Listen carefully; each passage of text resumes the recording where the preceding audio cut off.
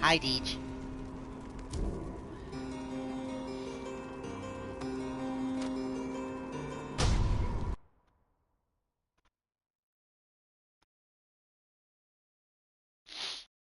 Yes, you did. Alright. We're moving on. We...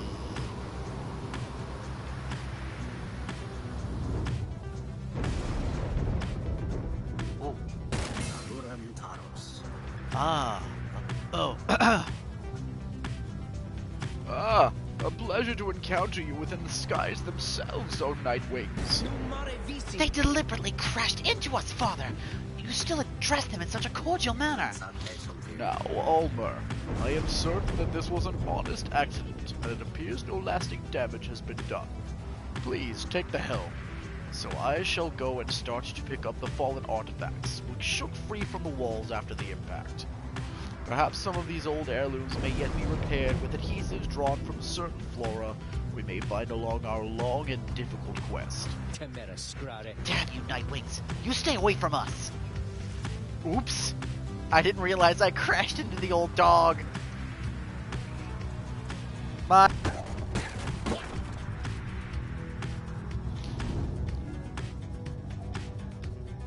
Okay, so... I didn't do it on purpose! I thought it was the harpies! I didn't get a good look at the symbol, it was purple. That was my fault. Okay, Glue Hive. The northern route across Jomer Valley passes the remains of the Hive Titan.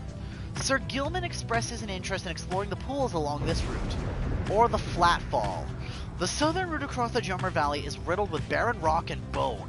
Sir Gilman believes the conditions here are right to train in the ways of the Sea Dominion.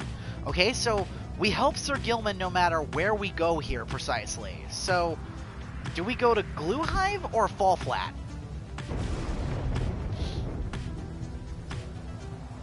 Fall Flat, or what I call it, me after I trip. Alright. Judge the sparring contest.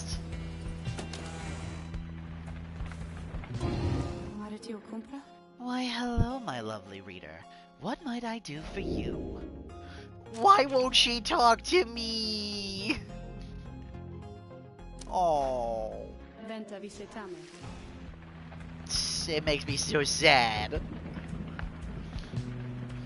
Fashion... Oh yeah, Jody's been liberated. Volfred's taking inventory. Rookie is sniffing the air. Tizo's digging for grubs. Faye is befriending the local critters. Sir Gilman is practicing his feints. Pamitha is prowling around. Bertrude is taking it easy. Did we miss any? Oh yeah, Tarek. Keeping a lookout. Yeah, I forgot. No Jody. Alright. Sir Gilman wants you and another volunteer to help him hone his skills. Who among you has the wherewithal to face this knight? Being in the barren wastes of Flatfall makes this a perfect time for a quick jousting competition, Sir Gilman says. He just needs a partner. One of your companions steps forward. I got your number, chum. Nobody's quicker than old Rookie Greentail. At this, Sir Gilman launches into a litany of instructions detailing the specific methods of Sea Dominion ceremonial combat. At last, the two competitors take their positions and then rush towards one another. They collide, then flail away, trading blow for blow. It all seems rather senseless. When at last they stop and catch their breaths, Sir Gilman approaches you. This knight would have you choose the victor of this bout, Master Reader. Who prevailed? You have no idea how to evaluate what you just saw, but you think it's best to humor them. Who won the joust between Sir Gilman and Rookie? Declare Sir Gilman the winner. It is probably best for his psyche to be crowned the victor here. Declare Rookie the winner. Perhaps what Sir Gilman needs is the sense that he has a worthy opponent. Declare it a tie.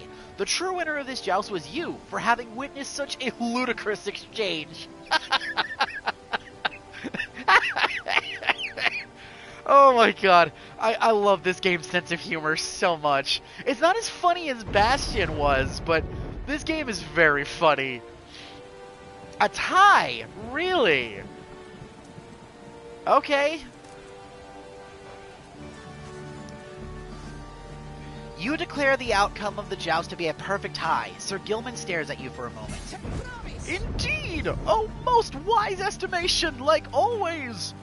Ruki congratulates him on an honorable fight. Sir Gilman and Ruki gain +2 quickness for their next right. That is so funny. You actually made the right call there. Salute the jousters. Oh my god. Sir Gilman makes me laugh. He's so funny. Tizo is keeping watch from the crow's nest. Ruki is digging around outside. Tarek and Wolfred are tidying up. Pamitha is brushing the imps with Faye. Faye is brushing the imps with Pamitha. Sir Gilman is close by, and Sir Gilman's right here. Sir Gilman is fuming in anger over something, so much so that you hesitate to approach him, but you approach him anyway. Exile is too light a sentence for this night! He notices you and then seizes up. He begins acting rather nonchalant, as though his outburst did not just transpire. Oh, greetings to you, noble Master Reader! What brings you to this night this afternoon? Sir Gilman is attempting to make small talk. Ask him if everything is alright. Such a venting of emotion is uncommon even for the likes of this particular Worm Knight. Tell him to calm down. Sir Gilman is making enough of a racket to cause some fair amount of concern. Ask him if everything is okay. Why the hell would I tell him to calm down? It clearly seems like something is bothering him, even if it seems a little silly.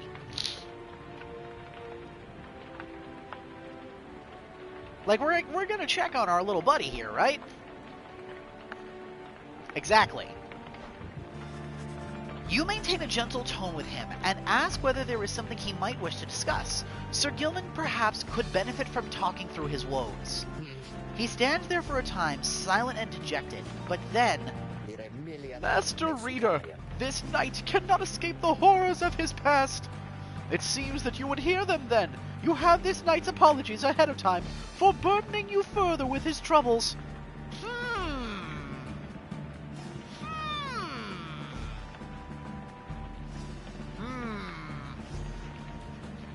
I'm not gonna say anything. Having said that, here then are the troubles you requested. You are of course familiar with the siege of the Spiral Sanctum. For this night, the memory of it is like a wound which will not close. Nothing. I'm not gonna say anything. This knight stood there on the front lines whilst the high-wing remnants descended upon us. So furious was their assault that our chain of command was ruptured instantly. We of the Sea Dominion, we require orders to perform our duty. Without such orders, why, we were surely made an easy target there that eve. I'm not saying anything. I'm innocent. Nope, nothing from me. One by one, then 2 by 2, they picked us off, becoming bolder, some of them shrieking with laughter all the while. This night, he saw his comrades cast aside like sea flies. How this knight survived, he does not know for certain, even now. Perhaps it was that he attempted to pursue or to detain his own knight commander, whom you met when you first met this knight. That cursed Sir Deluge! If not for his craven cowardice, the Spiral Sanctum, it might have held at least a while longer. I am not mean. I'm just choosing to keep my mouth shut.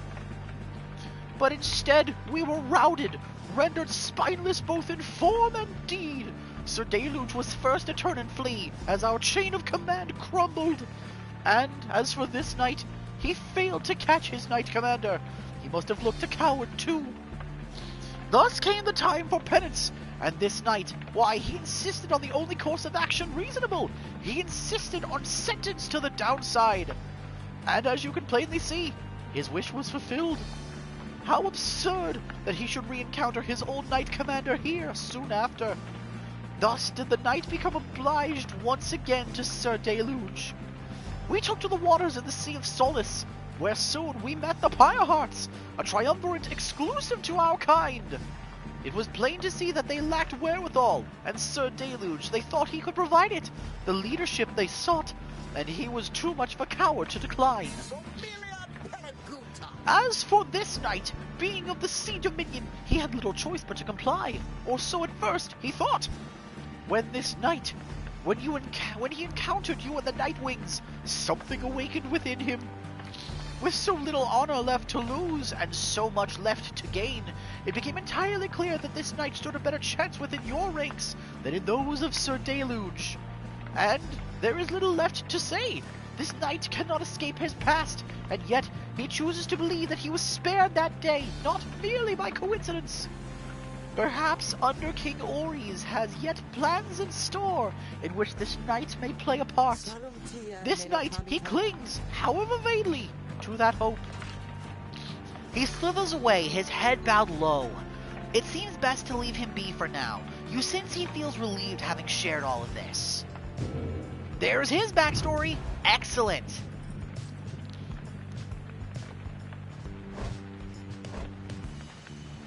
Burchard is suffering from banishment sickness and cannot conduct the rite. Yeah, I figured as much. What is your backstory? He was once a proud knight of the Sea Dominion on a self-made quest to regain his honor. He was a knight-errant of the Sea Dominion who sought glory in the Commonwealth, where he became a frontline fighter in the never-ending war against the Harps. In this, he fared much better than most of his kind, until the day of the disastrous siege of the Spiral Sanctum, where his entire regiment was destroyed in an ambush. As one of the sole survivors of this incident, Sir Gilman accepted full responsibility for the outcome, and volunteered to go into exile as penance for his failure. Wow! He was born under the star of Scorpus. He was born on the 3rd of 11th moon, suggesting he is driven and fixated. He committed no crime. He survived the siege of the Spiral Sanctum, though technically did no wrong. The records state he volunteered for exile after the shameful outcome of the battle, and he's been in exile for only 3 years.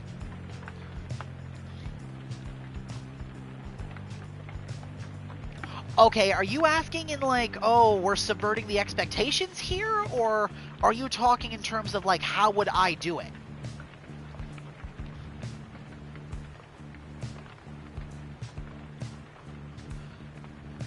I mean, yeah, it is and it isn't. Like, Sir Gilman as a character is the epitome of kind of what it means to be chivalrous.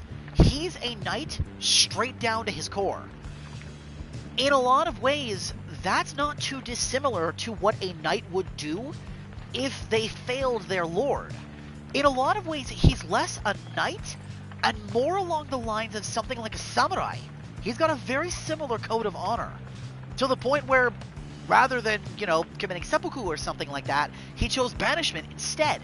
So at this point, until he joined us, he was working with the Pyre, yes, but less as a dedicated soldier and more like a ronin, a samurai with no master.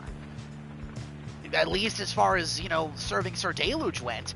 He'd served Sir Deluge out of, like, obligation to rank and file command. But then he realized truth and all what a coward his old commander was. So he joined us. And in the end, I think he made the better choice.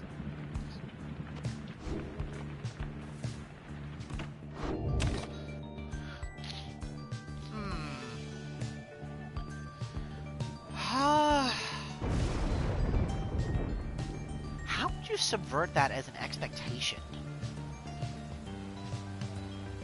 And how would I handle that dynamic?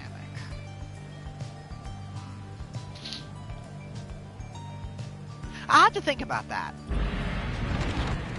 Because I don't quite know how to answer that, if I'm going to be honest. Alright. So, we're going up against the accusers here.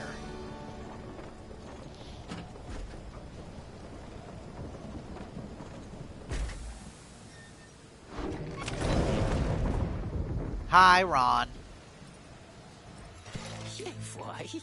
Hey, guys. how long's it been since I last told you you're my favorite customers? Because I just wanted to remind you that that is definitely true, okay? So come on in, I guess.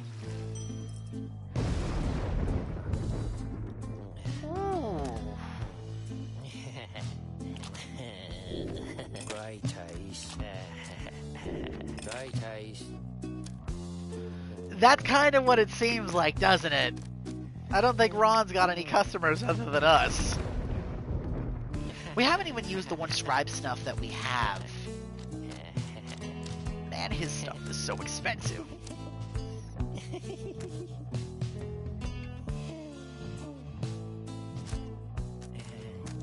I think that's what we're gonna have to call it. We'll just sell some stuff from him and that's all we'll do. Thanks for stopping by, guys. Sorry, Ron, we don't have a ton of money. Ruki's looking around outside. Tizo is checking the wheels for mites. Faye is looking through the raiments. Sir Gilman is taking some practice swings. Pamitha is attending some practice flights. Volfred is jotting down notes. And Tarek is nowhere to be found. Sandra is considering the book's teachings. And I don't think there's anyone else we can really talk to right now. Okay. Oh, what we should probably do instead is... Okay, Deej. Who are we taking into this next competition? Bertrude's out because of the banishment sickness. We cannot bring her. Ruki's close to a level. Faye just leveled up. Pamitha and Sir Gilman are halfway to level 4. And Tizo's almost halfway to 4. Regardless of who else we bring in, I think we should bring in Ruki to finish leveling him up. But who are we bringing in alongside Ruki?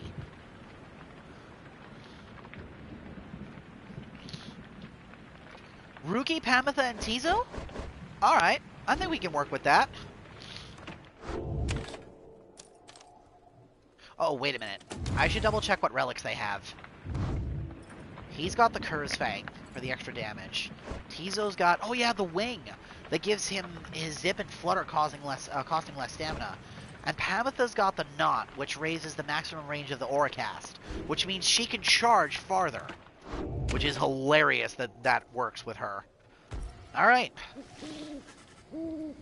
As you await the stars, a form dressed in the raiments of the rites approaches you in Volfred. At first you presume it is one of the adversaries of the accusers. But it cannot be one of them. Beside you, Volfred starts, something in him you've never seen him do. You observe the color that he now wears, an inverse of the Nightwings. Volfred Sandalwood. It's been a while. No, this cannot be. The demon unfastens his mask. It can. Holy crap, he's cool! But that must be one of the guys that Volfred was originally a part of with the Nightwings. Look at his eyes. He is tripping the fuck out. This dude looks like he's seen a ghost. You perished. I watched you fall. You did. I grieved for years, yet now you live. I do. Although these horns, they grew long ere I could walk again. Unbelievable. Then, why are you here now, Orlek? He is a former exile of the Nightwings, betrayed and abandoned in his moment of glory. You know full well, Volfred. Trick claim what is mine by right. The demon Orlek leaves without saying another word, just as the stars above burst to life, and seems to set the sky aflame. Uh-oh! Another Titan Star! The Time Singer Harn. Your adversaries shall each have plus 50% stamina for use with their abilities. Total bonus if you prevail, plus 10% enlightenment. Star of the Sky Titan, once routed by the 8 scribes in the flagging hands. Okay, I remember what we had said the last time we were going to do this. We were going to activate some of the Astral Titan signs to get the lore for them. We need to be extremely careful with the ones that we activate against which team. So, which one do you think we should activate for this? I don't know what the Accuser's lineup is going to be, but if they have a demon in their ranks, this is going to be a little scary. Because their team captain is human. But if Orlek is fighting with them, it's going to be an issue.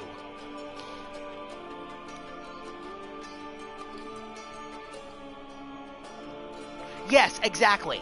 If we're going to liberate somebody, no Titan Stars. But for these, like, basic rights, I know we're going to use them to unlock their data entries. But I only want to activate one per match. This isn't going to be like Bastion or Transistor.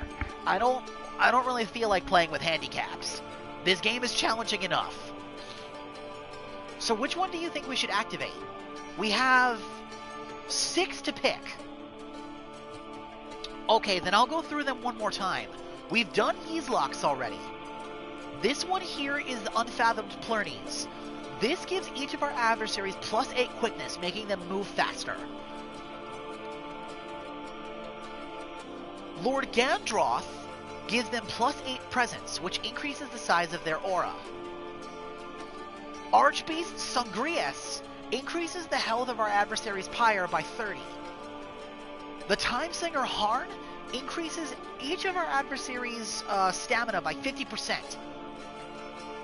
Endriga the Widow reduces our Pyre's fire by 30 to start the match. And Limbless Arazek gives our adversaries plus 8 hope, making them return from banishment faster. We're gonna have to do these one at a time, because I don't want to layer them up too much. I'm having a hard enough time with some of these matches as it is right now. Like, I'm still winning, but we want to keep that record going, don't we?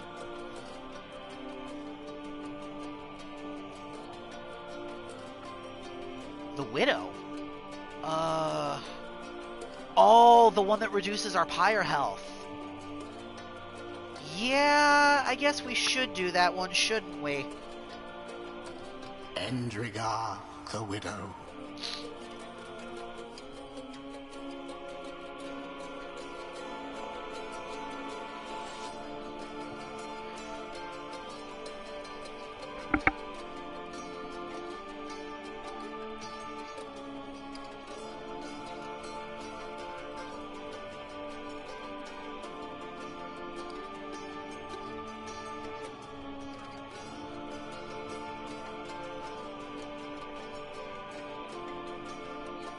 I mean, I don't want to lose. We're trying to keep this perfect record going for as long as physically possible.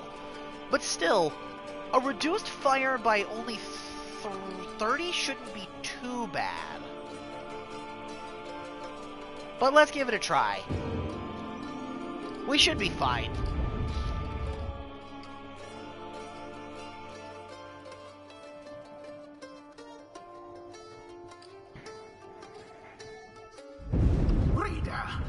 What lunacy is this? 'Twould appear the Nightwings are to stand against themselves this time around. This is a mutiny, in violation of the sacred law. The exile whom you face, Orlek. Long ago he had his chance, and he relinquished it. He cannot simply claim it now, and I cannot preside over this nonsense. Good night. Oh!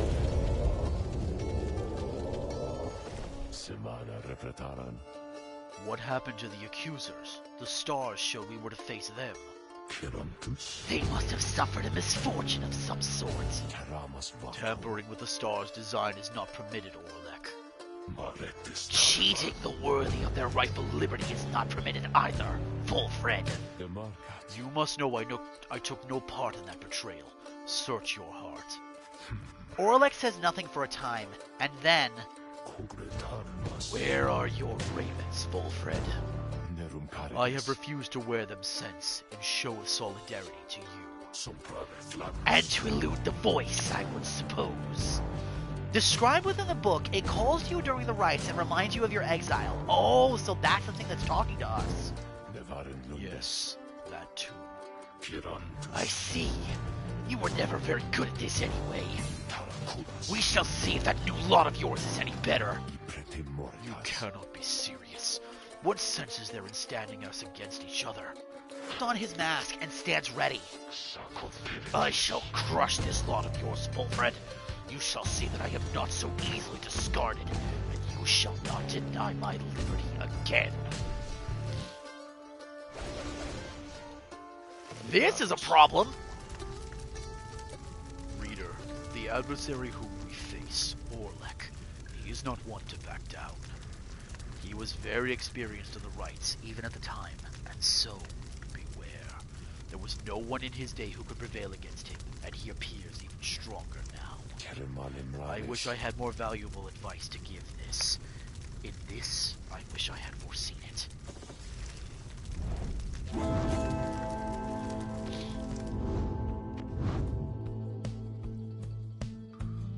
Okay, so he is a demon, and he is almost level 5.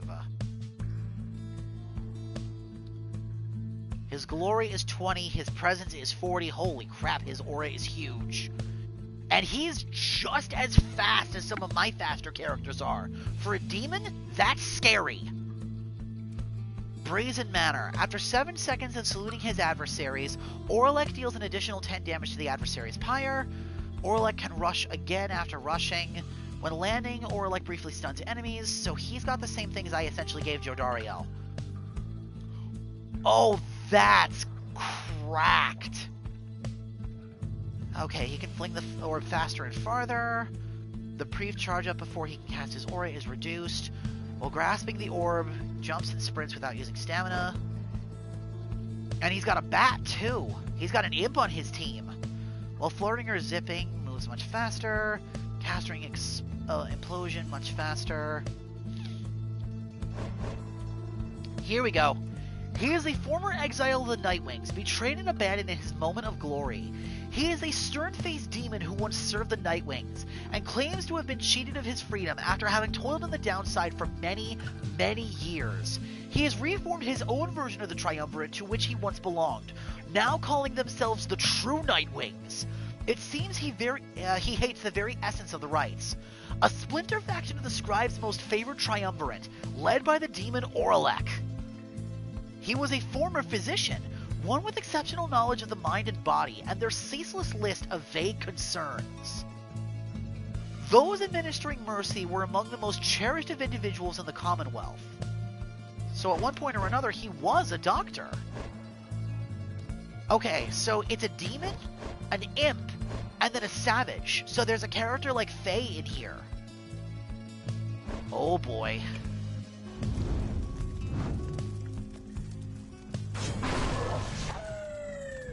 Alright, Ruki, Pamitha,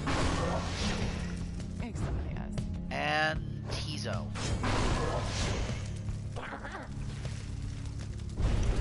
Tizo is filled with mixed emotions in confronting Orlek, but is prepared to fight.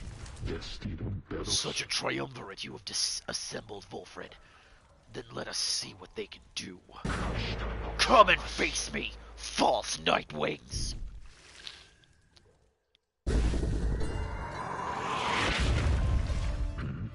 Tizo? Tizo fumbles with his mask. Tizo recognizes Orlek and greets him tentatively. It is good to see you. Orlek reaches for his own mask in turn. How is the horn mended? Tizo indicates his horn has not bothered him for a long time now, and thanks Orlek for it. Oh, his horn! The ribbon around his horn! I thought that was just a stylistic choice, but Tizo's horn was broken! Oh, this poor little baby!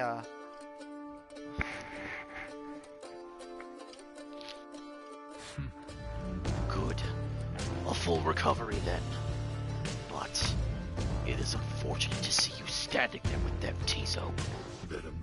Come with us. No questions asked. The proposition catches Tizo off guard. Tizo indicates that he will not abandon his friends or their quest.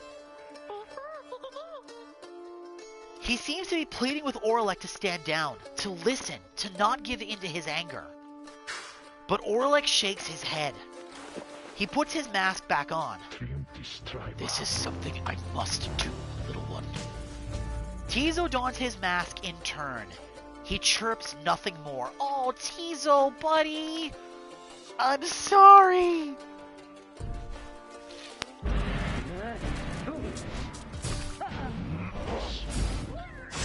Oh, shit!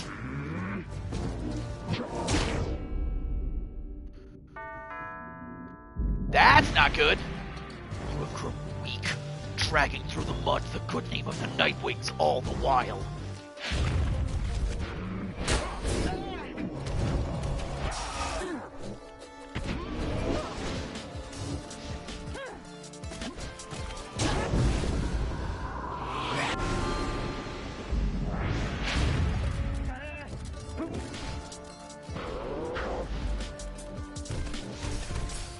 Holy crap, he's fast!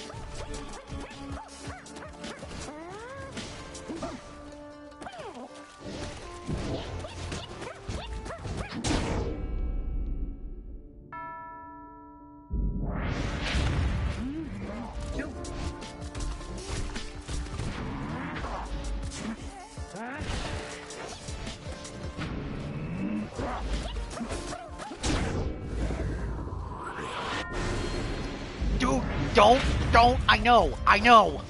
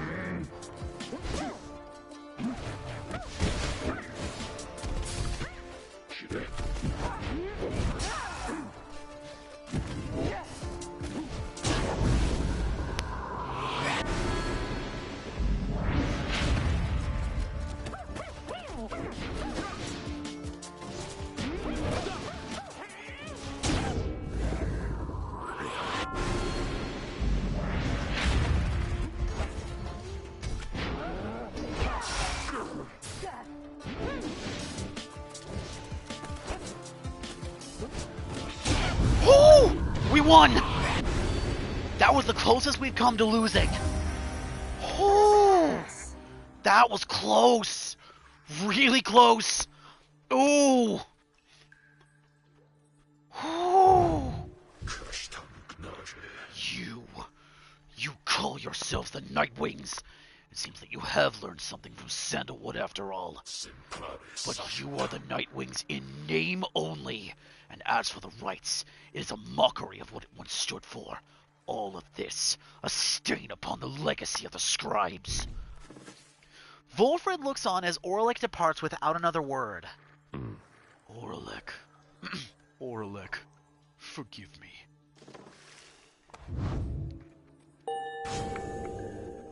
Oh. You know, with all this rights business, there's been one real fancy move that I've been mulling for a while, and I think I've finally got how I can pull it off.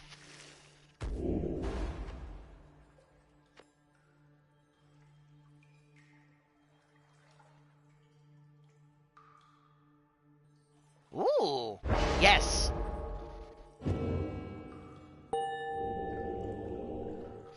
Tizo is so close to getting another level up.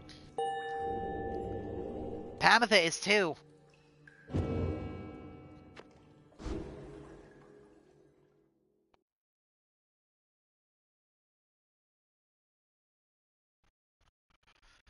Whew.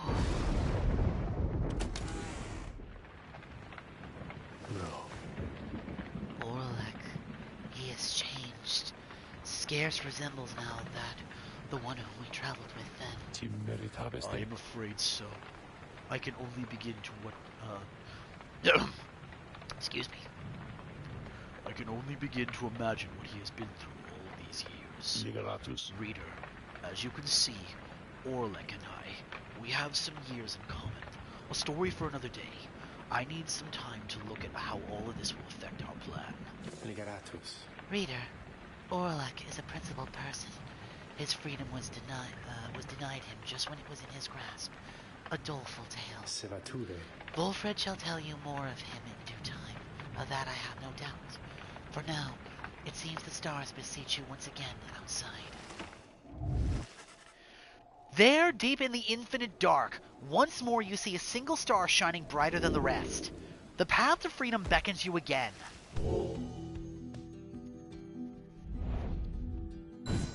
Oh, back to Solium. Who were we playing against? Ah, it's Essence. Okay.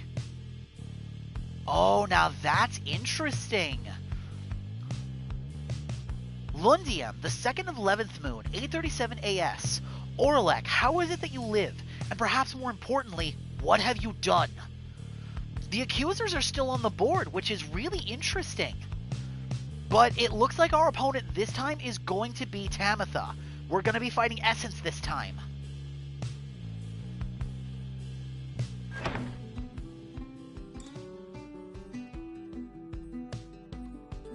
Is there another Titan star up in the sky? I didn't actually look.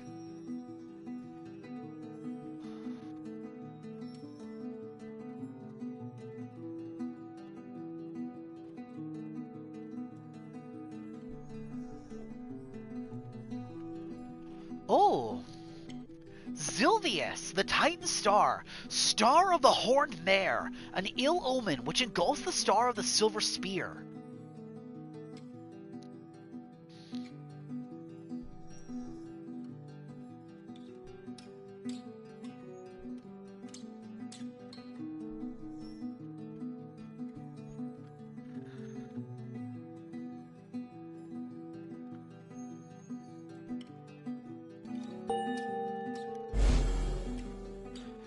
Alright, here we go again. Once more, then, unto the fall of Solium. Excellent. Our plan proceeds at pace. We need but continue to make good on all such opportunities the stars present, as much as possible. Then our ranks within the Commonwealth may yet grow strong enough that we shall sway the people toward our cause. It shall be difficult, but the people have their hearts and consciences, and the Commonwealth has long since lost its way.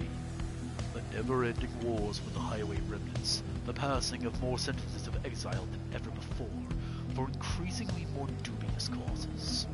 The burning of books, the outlawing of literacy.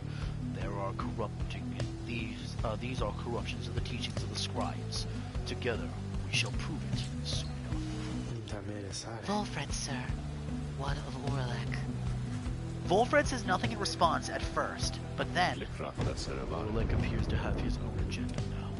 We shall have to try and keep an eye on him, although our plan remains the same. Anyway, we have a mountain with which we need to climb. Let's all rest a bit, if possible. This night, we fly at the break of dawn. Alright. Oh, Tizo, baby. He looks so sad. Ruki's taking a nap. Sandra is staring into space. Tarek is keeping quiet. Wolfred is fixing something with Bertrude. Bertrude is helping Wolfred with something. Tamitha, no idea. It actually says no telling. Sir Gilman is sampling the soil, and Faye is looking for something. Endriga the Widow, in the words of Under King Oris, the Sea Sonjanur. The boundless sea of Solace and a blackened star are all of what remains of the Blood Titan Endriga. After this one's exile, he was joined by many of his bravest Worm Knights, who awakened the Blood Titan inadvertently whilst searching the downside's murky depths. Endriga was the most displeased to see her hibernation end, and vowed to 4 ages of torment on us and on the Sea Dominion. Our assault was grander than which can be described, and lasted days and days and days. The noblest of Worm Knights fell upon her massive form as waves which dashed themselves against the rocks. Our resolve eventually exceeded hers, and she collapsed into the sea and disappeared. This one alone remains to tell of it. The Nightwings. In the words of Haub the Swallow, the Accursed, what is a life without an adversary? If not for the forces that conspire against the will, life would be devoid of its innateness, the desire to overcome. Thus, when we, the Eight, at last each fashioned a triumvirate based on our own ideals, we realized a void still needed to be filled, as the night sky still needs the moonlight. We Eight were united. Our triumvirate shared our affection. They needed us to set them all against a common foe. Thus did we form the Nightwings, a triumvirate envisioned to exceed them all, both through means of mortal and divine, and given a unique favor in each turnings of the cycle. They are the adversary we all face.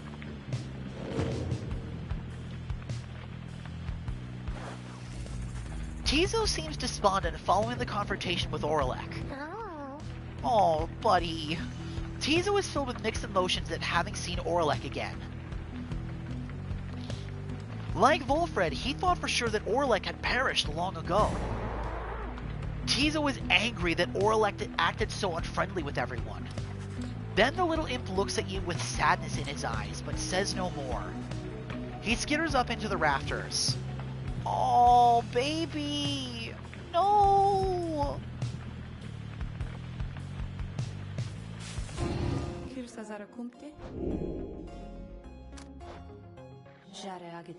That makes me so sad. Tizo, baby, no.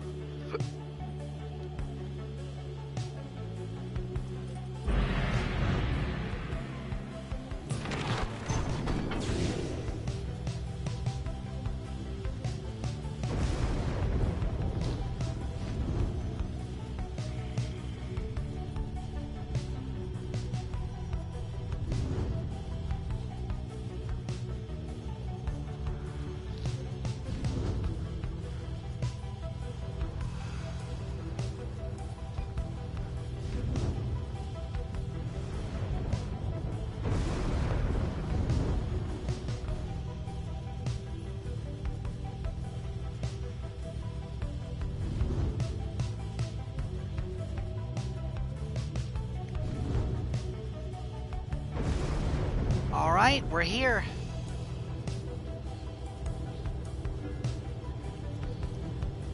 A gap between the nameless lower summits beneath Mount Alodio. You sense Pamitha shall gain favor from the scribes if you land here. Or Emperor's Fall. A pathway to the outskirts of Mount Alodio's nameless lower summit. You sense Bertrude shall gain favor from the scribes if you land here. Considering we're going up against her sister, I think we should go with Pamitha on this one, because I think she should be present for this. Don't you think so, Deej? I was thinking the same thing. You land amidst the old masonry of Mount Alodio, whose summit awaits the liberation rite. Thus begins our third ascent to the fall of Solium. My agents of the Commonwealth report our plan is proceeding. Let us strive again to liberate one of our own and raise its chances. The Beyonder Crystal seeks Bertrude. Fluttering about, out on a stroll, conferring with the Lone Minstrel, conferring with Volfred. Sleeping it off, practicing slashes, and Faye's lost in prayer. Weren't we talking about letting Ruki go this time? Like we were gonna do Headwind, then Jodariel, then Ruki? Isn't that what we were gonna do? Because this is a liberation rite, Deej. Keep that in mind. One of our characters is gonna go free if we win.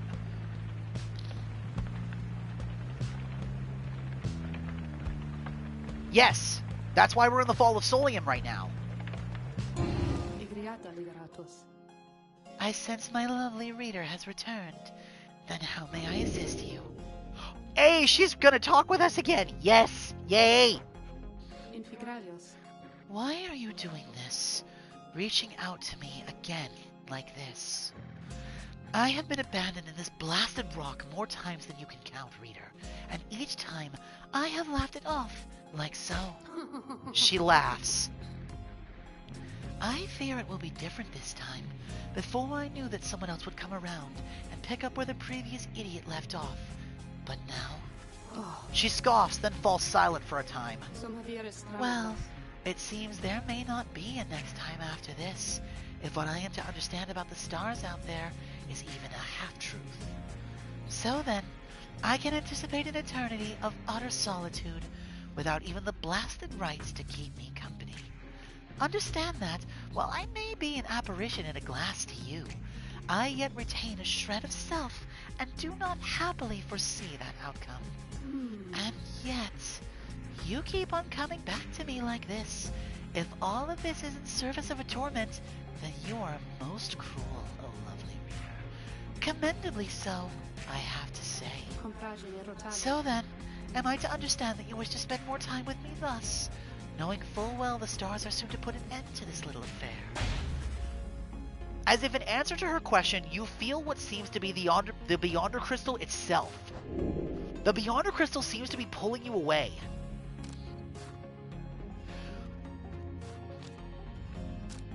The ancient sorceries that sentenced Sandra to the crystal prison is not something to be trifled with. Return to the crystal surface. Stay with Sandra for a little while longer. If you are able to provide some welcome company for her, then you shall do it. I want to help her. I really do. And I think you'll agree with me on that, Deej. We can't just leave her in here. You focus your mind and remain where you are, there with Sandra in the confines of the Beyonder Crystal, and remain there with her for some time. No words to be exchanged between the two of you, and in the darkness there, for once, she does not feel alone. Soon enough, however, she bids you to depart.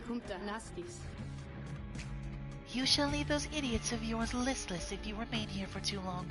Be gone already, and let me know if you need me.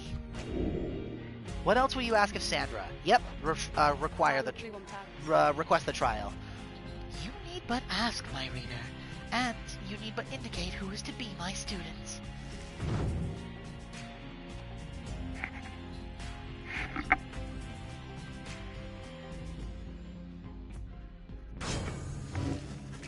You ask Sandra to administer one of her special trials for Bertrude. That old bog crone, then. She does have some potential, I should think. More so than most of those with whom you share that little residence. Then let us bring her forth. Soon Bertrude appears in heed of the summons. We sense that thou hast need of us.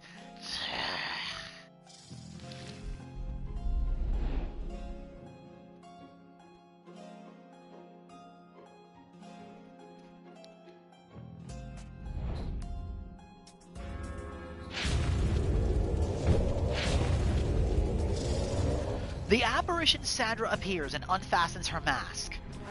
Listen well, crone. You answer to me here. How very eloquent. May your vast experience exceed your knack for pleasant conversation. I trust that you shall have little trouble here without the benefit of your more communicative friends. Now come. Of course, they're all characters that are faster than me.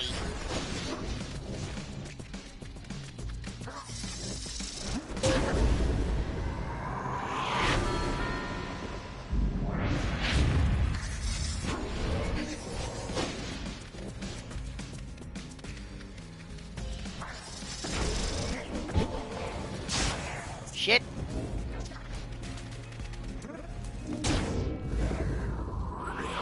Well, that's kind of annoying.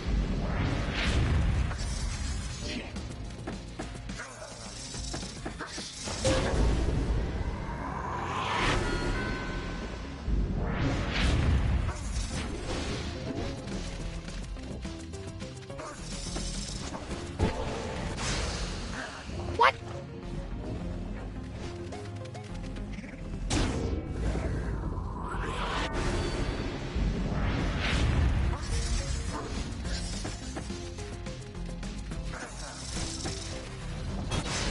Oh, come on! What the hell?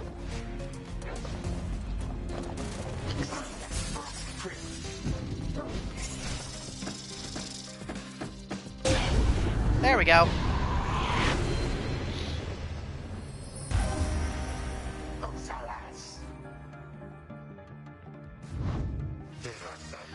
A simple test, undeserving to be called a challenge. I ought to fail you just for gloating, crone, but these are not my rules, and your performance was sufficient.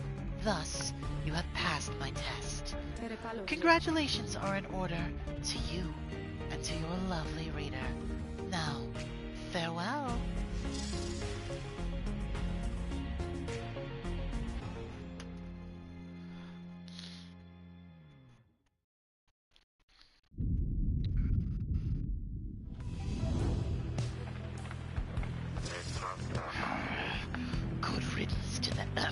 Good riddance to that mouthy wraith. Show us then what trinket she bestoweth upon us. Milithy's tail. Bertrude's blast pierces through solid objects. The Sisters of the Arch cut into her skin. Once she was through with them, she shed the rest. Oh wow, so her aura goes through walls now. That's pretty good, actually.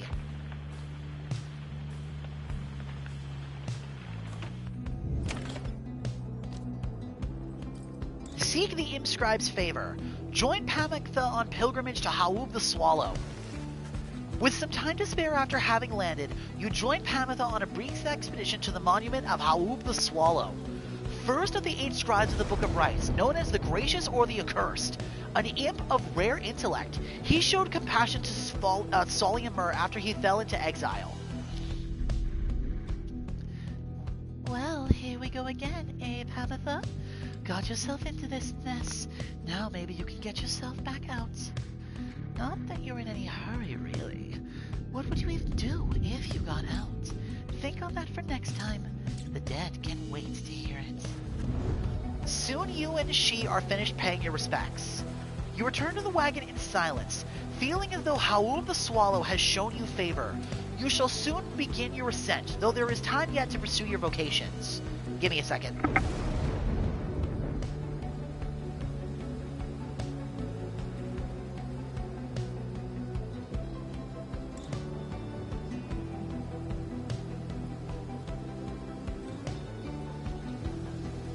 Sorry, I had to help Bugaboo up onto the bed.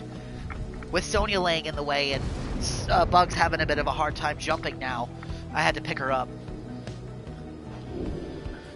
Pamitha gained +1 quickness for the next rite. Accept the blessing.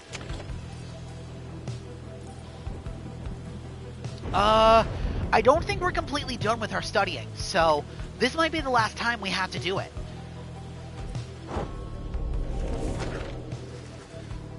You remain intent on furthering your study of the Book of Rites, and find a place where you can concentrate upon it. Through greater understanding comes the reader's influence. Yep, this is it. This is the last time we'll be able to do it. The book seems to push back against you. Your senses of its hidden meanings crumble under the layers of contradiction, of missing details, and yet you feel a thorough knowledge of it now. It is more artifact than book. Its power almost solely rests with the reader, who makes time to form a certain meaning from the many passages written. Yet the glimpses of knowledge you approach just then call back to at you to stop, and go no further, not to press too forcefully against the outer limits of your understanding. Nevertheless, for what you recognize shall have to be the final time, inspiration comes to you in a flash, whether from the book or from within. Even now you cannot tell. You have gained the reader's influence, righteousness. Finish studying. That's it. We've got all of our passives. You look up to see the lone minstrel there. He had not noticed you. You had not noticed him.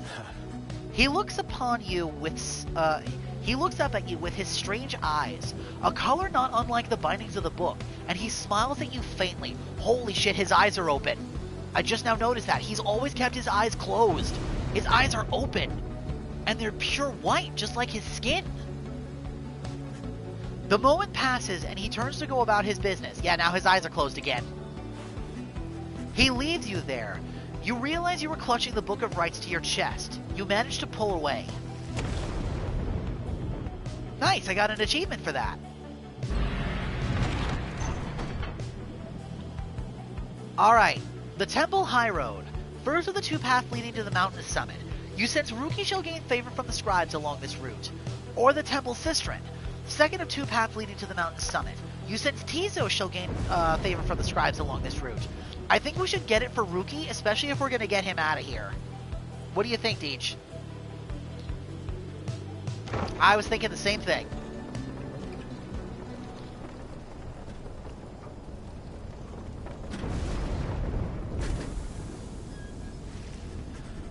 While traversing the sublime grandeur on the way up to the summit, you pass a monument to Jomer Medimane, and Ruki happens to take notice. 6 of the 8 scribes of the Book of Rites, known as the Brave or the Alpha Chief. Oh yeah, we've read his before. Hey scribes, it's your pal and ever-loyal servant, Ruki Greentail here, just stopping by to say hello is all. If you're feeling generous, just thought I'd let you know. I'd sure like to get on out of here this time, okay? So let me out, okay? I'd owe you one. Soon you and he are finished paying your respects. As you prepare to continue your ascent, you sense that Jomer Medimane has shown you favor. Ruki has gained +2 presence for the next rite. And here we are, once again, the Scribe's Gate. You and your companions arrive again at the Scribe's Gate, before the archway carved of stone. Shall we, reader? The minstrel leads you towards his counterpart, who seems unsurprised to see you all approach. The exiles of the Nightwings. And you again, Tarek. Greetings, Celeste. Aye, we have returned. His eyes are open again. The stars shine darkly these past nights. Nothing more than a portent of your arrival, is it? Likely nothing more. Now, they are ready for you. Then come forth, each of you, in turn. Please state your name and what it is you seek while crossing the Scribe's Gate. Wait. You. She points to Bertrude. You are new amongst this group. You shall go first. Please, do as she asks, Bertrude, madam. We are known throughout the downside as Big Bertrude. We follow Sandalwood, for we are fond of him. He led us into exile, and he shall lead us out. The gate guardian acknowledges her and motions for the rest of you to proceed. Everyone does so, as before, including you. Once all have declared yourselves, she regards you all for a moment and beckons towards the mountaintop. The 8 scribes bid the Nightwings welcome. Go forth with glory. Thank you, Celeste. Until the summit, Tarek.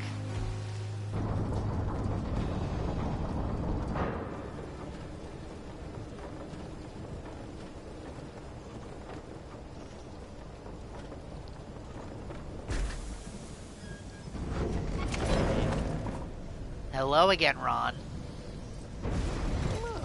Hey, welcome back, you guys. You know, I guess this is a pretty decent spot for business all of a sudden. Because used to be it was a real bad up here, you know?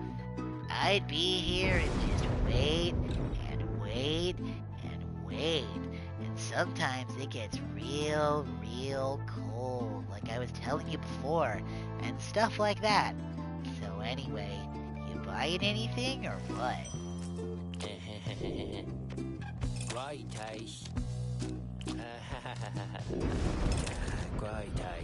Bottled Void. After getting banished, the bearer returns in a burst that draws in nearby adversaries. A dense concoction said to have an unusual effect when exposed to sudden bursts of light. And another thing for a talisman.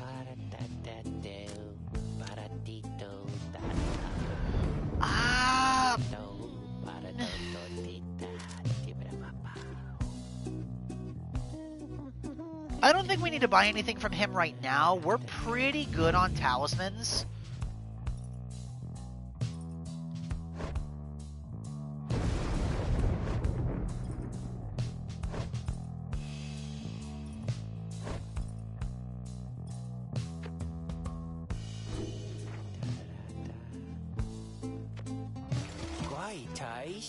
Thanks, guys. Good luck in that thing you're doing tonight.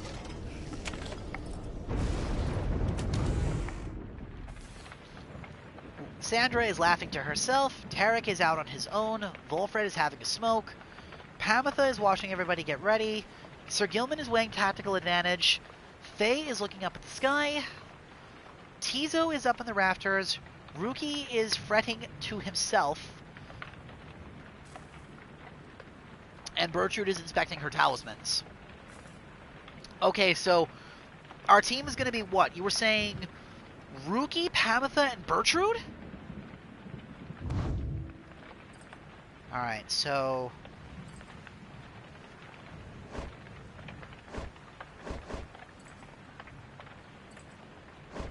Okay.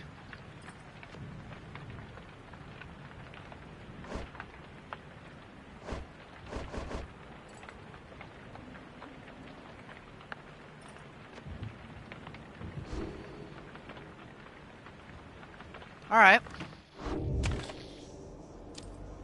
Commence the liberation rite. Here at the summit of Mount Alodiel, one you have may finally go free, if you prevail. Again you have reached the fall of Solium, where one among you may go free, provided you prevail against the essence in the liberation rite. Reader, we would ask a moment of your time. We have to talk. As darkness falls, the minstrel and Volfred pull you aside. We have some news that is, depending on how you look at it, potentially unfortunate. The lone minstrel directs your attention towards the dark night sky. The stars are fading. It is true. With the advent of the Star Titans, visibly fewer stars seem to be shining than once you saw in the sky above. Yes, the stars themselves are vanishing. Why, I do not understand. But what it indicates is this. The rites are drawing to an inexorable end. The light of the stars. Without it, the rites would be unable to commence. Anyway, that is the bad news. The good news is there are lots of stars to go. How many liberation rites remain, I do not know as yet. The arithmetic is complicated. An estimation of the number of stars, the rate at which they fade, the accelerating rate at which we are being summoned here. Anyway, I'll work it out as soon as possible. For now, I felt that you should be aware. We can inform the others in due time. At the moment, though, they have this right to think about, and so do you. Look forth. As the stars above begin to shine, Volfred's words begin to sink in. It seems you have a limited number of chances remaining to liberate your companions, including this one, now. I figured something like that was going to happen the minute I saw the Titan stars. Yep, there's another one. Sylvia's Horsehead. Your adversary shall never be banished after plunging into the Pyre. Star of the Mare Titan, once vanished by the scribe Saint Triesta Tithys. Oh, I hate that. That's awful.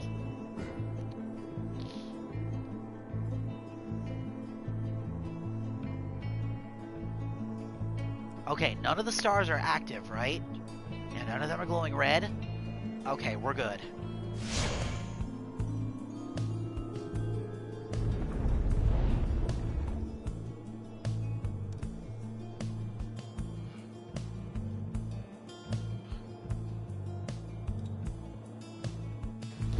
Congratulations, reader. It would appear the rites are drawing to a close. Doubtless the doing of that Orlek in all his bitter spite. For now, your exiles have another chance at freedom here upon the fall of Solium. So too do your adversaries, the Essence. They fought so very bravely for this moment. Whichever side prevails soon shall send one of its own into the warm embrace of civilization.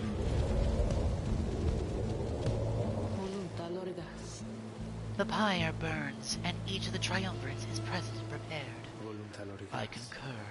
The pyres burn, and each of the triumvirates is present and prepared.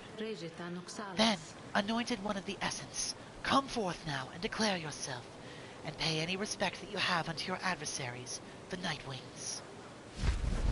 Taramitha swoops down from somewhere and unfastens her mask. I am known as Tamitha Thayan. I mean to return to my ancestral home and promptly resume my responsibilities as flight tactician of the Highwing Remnants. Our long stalemate against the Commonwealth shall soon be ended. Should I and several of my sisters manage to rejoin our clan, then our vengeance shall be swift and thorough. Your quarrel with the country that cast you into exile is beneath the notice of the scribes, Tamitha Thayan. Here, you shall be judged under the stars. My quarrel with the Commonwealth is all that gave me and my sisters strength enough to reach this point. The scribes ought to take heed of how my people suffer. We are not weaklings anymore, like your Trieste Tinnis. We shall not fall in line with flightless fools and their naked attempts to submerge our heritage, our culture. Speak not thus of the saint, or you shall be expelled, Tamitha Thayan. Tamitha scoffs, then turns her attention towards your side. And Nightwings, as for you, the fury we shall imminently show is nothing in comparison to the hatred growing for your commonwealth and the mountain on the other side. She signals to her sisters to ready themselves. You seek your freedom, but there shall be nothing save for devastation should you manage to return.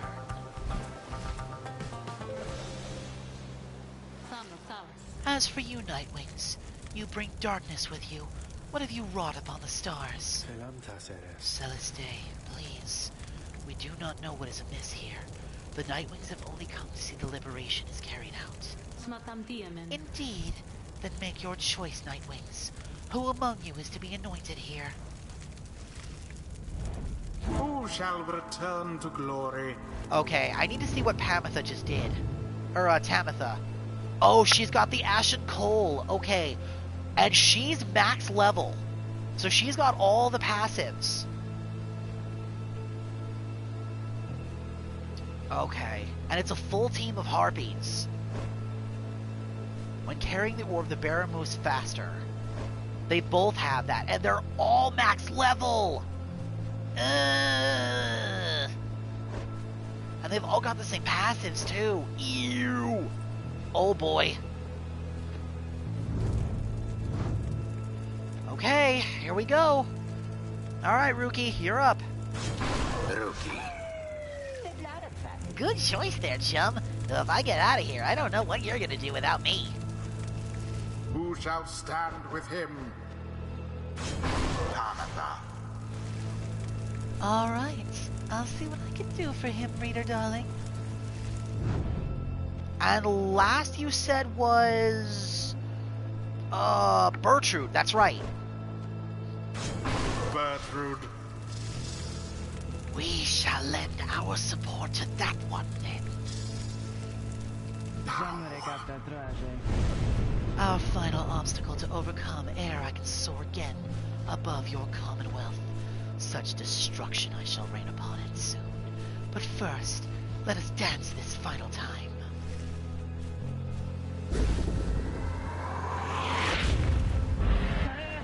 Commence.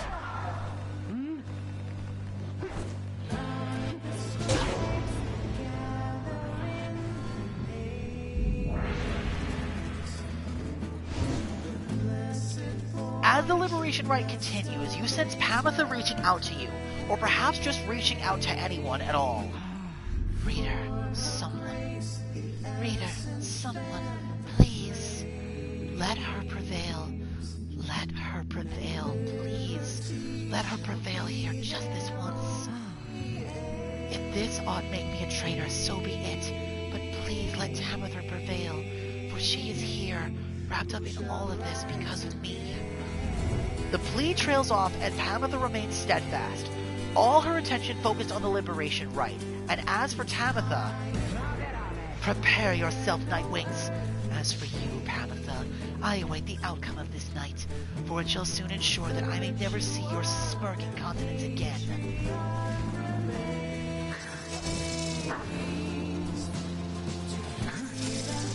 I feel so bad that we have to deny her sister this, but we have to. Besides, her sister's dangerous. We can't let her go. I know Tamitha wants us to, but we just can't.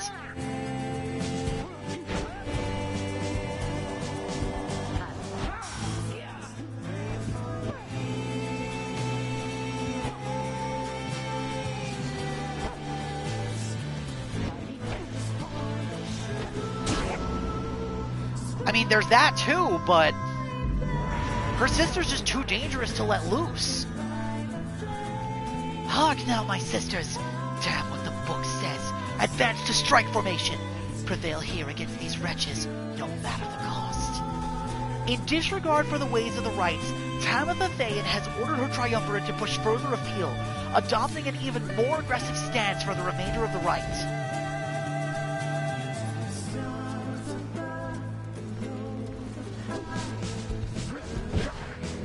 Shit.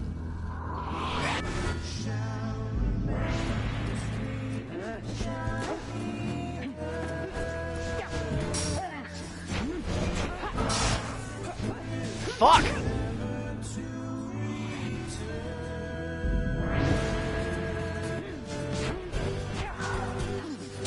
Damn it! Ah, I keep fumbling my buttons.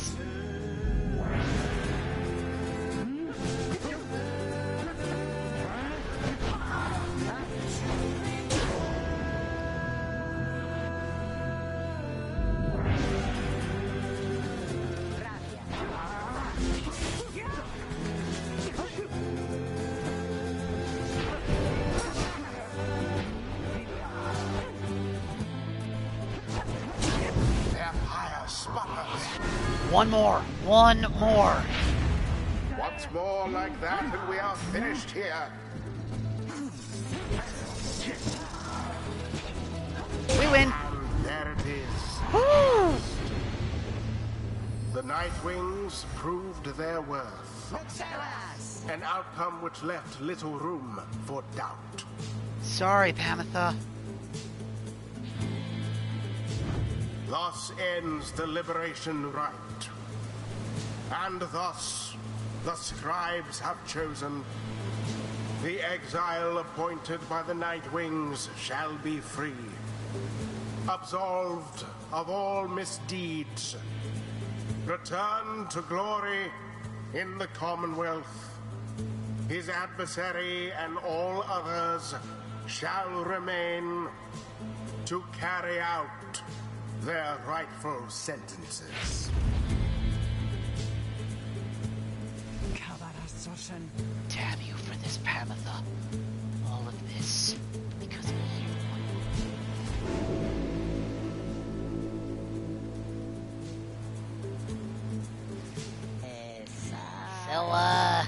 What now? I guess I'm just supposed to jump into this waterfall thing back there, and then that's it. Home free. Home free! Something comes over him then. Now listen to me, chums. Don't any of you go thinking you're gonna miss me, yeah? You're gonna do just fine, even without old Rookie Greentail there to keep an eye out all the time, even though the rest of you are just a bunch of slowpokes and all that. Me? I'm gonna be so busy drinking myself silly on Commonwealth stock, I'm sure I'm soon gonna forget each and every one of you.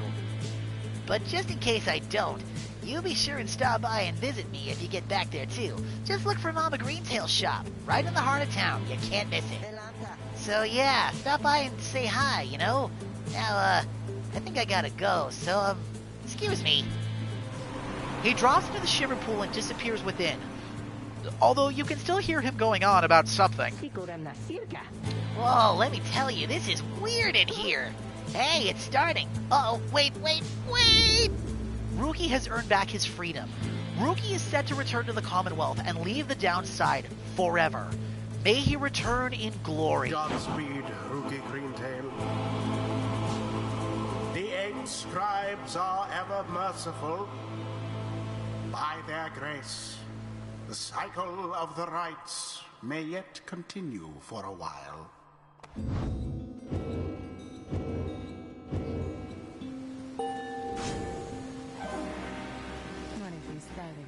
Good a time as any to say thanks for having me along on this strange journey of yours, reader darling.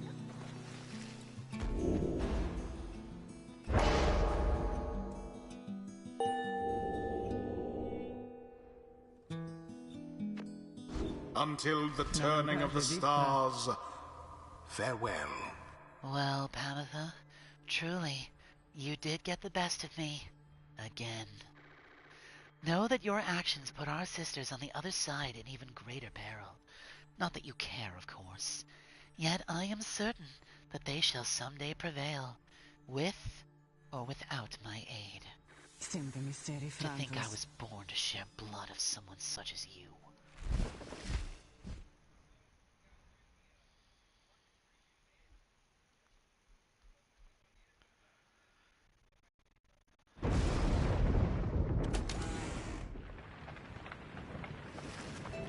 You prevailed in the liberation rites against the Essence. Already does the Black Wagon feel quieter than usual without Ruki, who has returned to the Commonwealth. You overhear some of your companions reflecting on this. He's gone, just as I was getting to like him. We shall make do without him here. You wonder who, if anyone, among you shall be the next to go. Then Volfred asks the group to gather. You sense you know what news he is about to share. Everyone, I must apologize to bring such news at this late hour, but I felt that you would all wish to know this as soon as possible. The context of our plan has changed. He looks about at everyone before revealing to them what the stars have revealed to you both. The stars above are disappearing. They just seem to be fading away one by one, for reasons that the scribes alone may know for certain. We all may harbor our suspicions. See for yourself if you have any doubts that this is so. A hush falls over your companions, all exhausted from the rites, now stunned into silence. If this phenomenon continues unabated, we may have every reason to believe it shall then, and the rites shall cease when the stars no longer shine. Permanently cease, that is. Your companions exchange glances. You sense negative emotions rising. Confusion. Fear. Before I give you that impression that should the Nightwings not prevail in liberation rites, there would be other chances. This remains so, however. Our chances now are numbered. The exact number I have yet to ascertain, but to be quite frank, there are more of us than we have chances left. You sense your fellow exiles are beginning to realize what this means. I know this must be difficult to hear, but it is not to be a cause for panic. Our plan remains essentially unchanged. We shall take which opportunities arise and return as many as we can. I urge you all to take whatever time you need to think this through. At dawn, we shall head south again to the Moonlight Alcove. We can discuss this further then. Now please get some rest. Our path grows harder, though not insurmountable. Not while we stand together. We can still prevail. The group disperses. Some whisper in hushed tones. Others turn to their quarters, speechless. There will be time later to better understand this ill omen.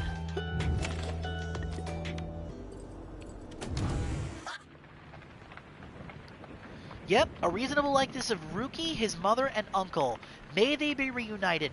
May they be reunited by now.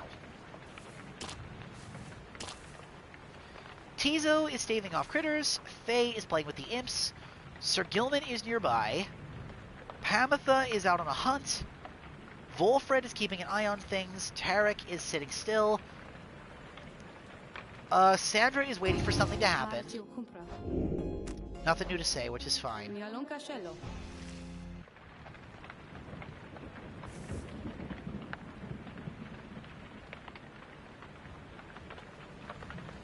let's take a look at the book. What does it say? The essence. In the words of Haub the Swallow, the Accursed, the winged members of the Essence, each chosen by the matriarch, Triesta Tithys, are living examples of liberty and piety. Would that my wings could be as thus. Once you, of course, must know, we all had wings. It is said that people of the Empire relinquished theirs, drawn in by the earthly matters as they were. But the harps, such as Trieste, held tight the liberty their plumage could afford. These divergent paths did cause a share of differences between the winged and the wingless. Over time, but here in this land, our purpose are shared, our goals united. That, then, is the essence. That is who they are, and what and why. On the Commonwealth, on kinship, in the words of Trieste Tithys, the Blessed Born, each one of us is within the eight. Besides the imp Haub, we would have perished on the downside had we not found each other, and together formed our union. Here on the downside, all are bound, but that which binds us here does have some latitude. We choose that bond of kinship. Our exile took precedence over our differences. The Empire, which had subjugated all our kind into a 10th alliance, shall give way to a society in which our differences are paramount. There may you embrace your ancient cultures, whilst jointly forming a great culture all its own. Next to mercy, it is kinship that shall form the bedrock of our commonwealth. Alright, Sir Gilman, what do you have to say? After the liberation rites, you find Sir Gilman in an uncharacteristically quiet and contemplative mood. He salutes you crisply with his tail. Glory to you, Master Reader, and glory to the noble Rookie Greentail! Long may he prosper in the Commonwealth! And so in doing may he benefit the plan into which we have all been thrust. Then he falls silent for a time. You sense him growing very emotional. Noble Rookie, this knight found a kindred spirit, Master Reader. One of questionable honor, the greatest cunning, and such blinding speed as to befit a minstrel's tale. This knight fears our triumvirate lost something irreplaceable in him. Of course, this knight is also pleased that Rookie has achieved his freedom, very much so. And furthermore, this knight shall now continue training even harder than before. Rookie Greentail! This knight shall train on until such a time as he is swifter than the jagged lightning of the deathless tempest! Now, Master Reader, this knight must beg his leave of you, for it is time, not for his rest, but for his training! Know that he is very grateful for your wisdom and your guidance in the rites. Between yourself and Master Rookie, you have instilled within this knight an unshakable resolve! He bows low and bids you a good evening. Aww. Those two had such a cute little bromance.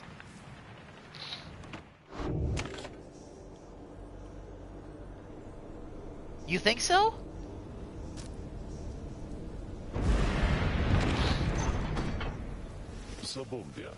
Good morning, everyone. We are at the mercy of the stars, and none can say how soon they'll shine for us again. Let us recover for a while in Moonlight Alcove and decide how to proceed.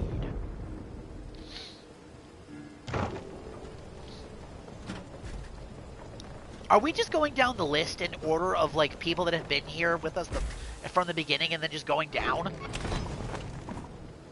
We may not have that kind of time, Deej. We may need to start thinking a little bit more. Tizo's out on a short flight. Sandra is arguing with a phantom. Tarek is exploring. Volfred is out on a stroll. Tabitha is spreading her wings. Sir Gilman is patrolling back and forth. Faye is dancing around. Okay, look, I'm not saying that because I don't want to do it, but think about this. Salium, the 7th of 11th moon, 8:37 AS. The stars themselves are fading, so too are our opportunities at liberty. Then what are we to do? Give in? We have to see this through. As of right now, our revolution chance is at 56%.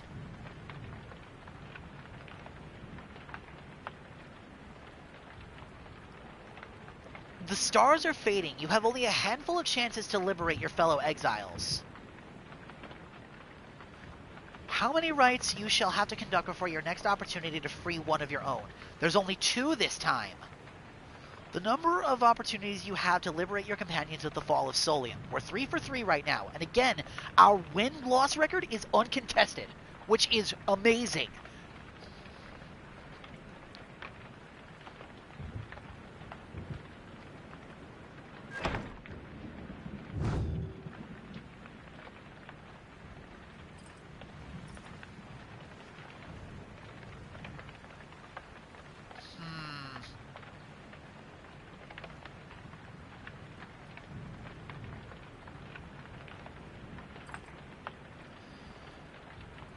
We're down to 5, so...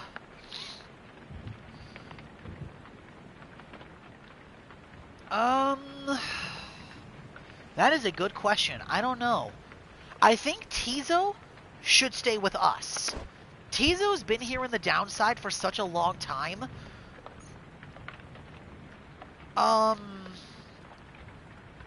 Plus, he's part of the Black Wagon. I don't think it would make sense for him to go to the Commonwealth. In fairness, Faye was ostracized. She really didn't belong in the Commonwealth. She has no family. She has no place to go. So I think the 3 that are probably most advantageous for us would be Sir Gilman, Pamitha, or oddly enough, Bertrude. But I don't want Bertrude to leave until we get her backstory, at the very least. So I'm thinking Sir Gilman or Pamitha should go next. That's what I'm thinking.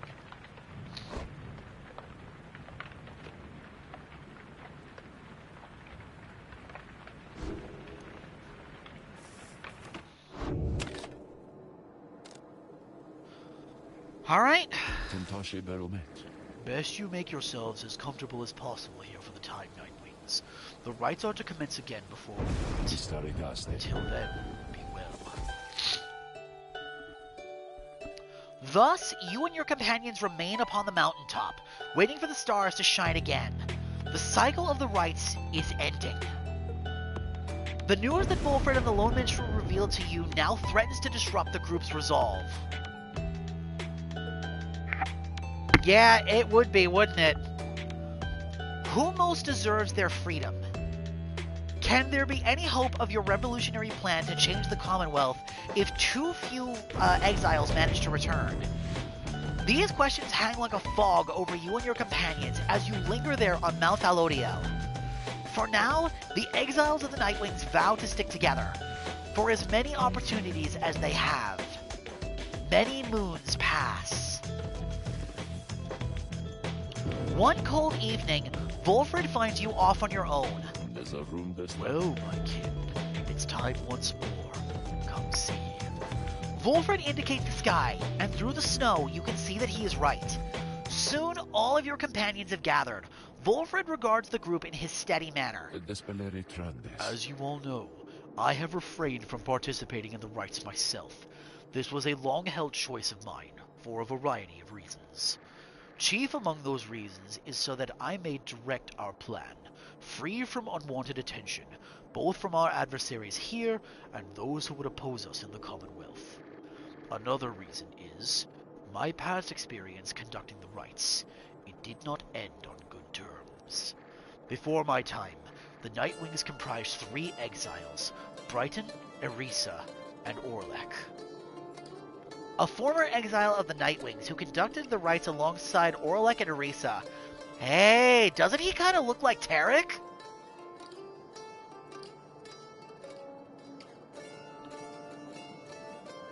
And Erisa we know is dead, or at least we think she's dead. To be fair, we thought Orlek was dead too, but little Tizo was with them as well, still learning in their ways. After Brighton regained his freedom in the liberation rites, the Nightwings took me in. A story for another time, but for one thing, I had capacity to read the ancient books.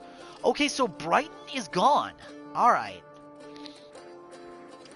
Anyway, when next we earned our way into the liberation rite, Orlek was anointed for return. He had long been in exile, and his horns were beginning to show. We prevailed.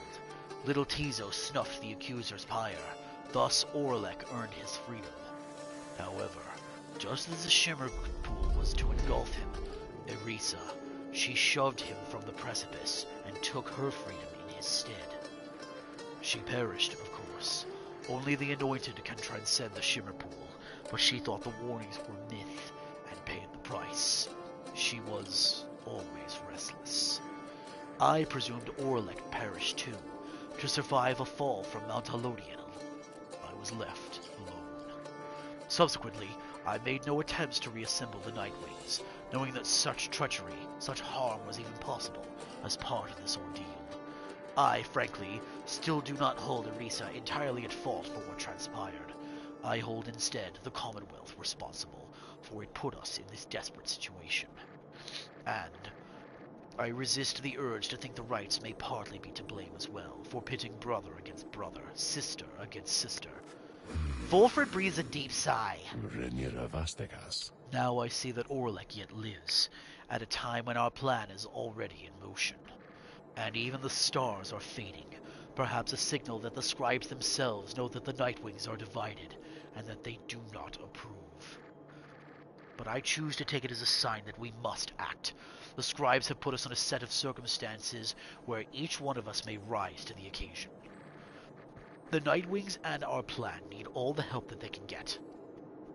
And so, I have made a decision which I wish to announce here to you all. In the name of the Nightwings, and Reader, by your leave, I would conduct the rites again. Long have my skills languished in the matter, I admit, though I trust I shall regain them soon enough. While I once vowed never to conduct the rites again, our present situation calls for all resources to be brought to bear. So, if I may be of use during the rites to come, I shall avail myself. That's all. Now then, our reader shall determine where we are headed come first light. Volfred bows his head to everyone, while the others exchange looks, then one by one salute him in turn.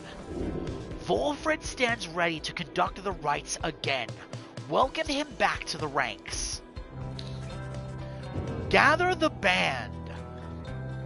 Once more do several stars shine bright in the night sky, revealing several paths for you to pursue towards salvation. The stars themselves await the will of the Nightwings. Choose your path towards salvation. Alright, Haub.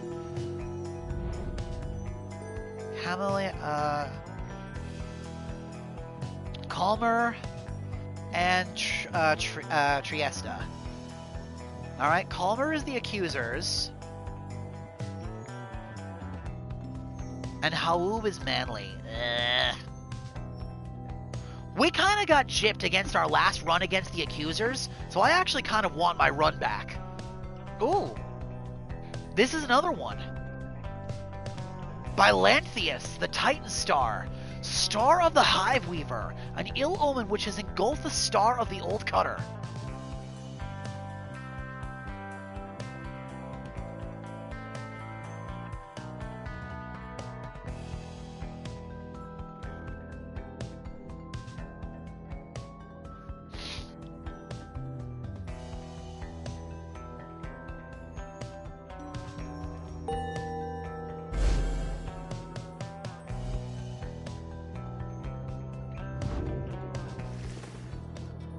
I see it's time we meet again with Lindell and the accusers. We can make for the Isle of Kaelmer at first light, my kin. Let us recover through the night. For now, it is too late to do much else.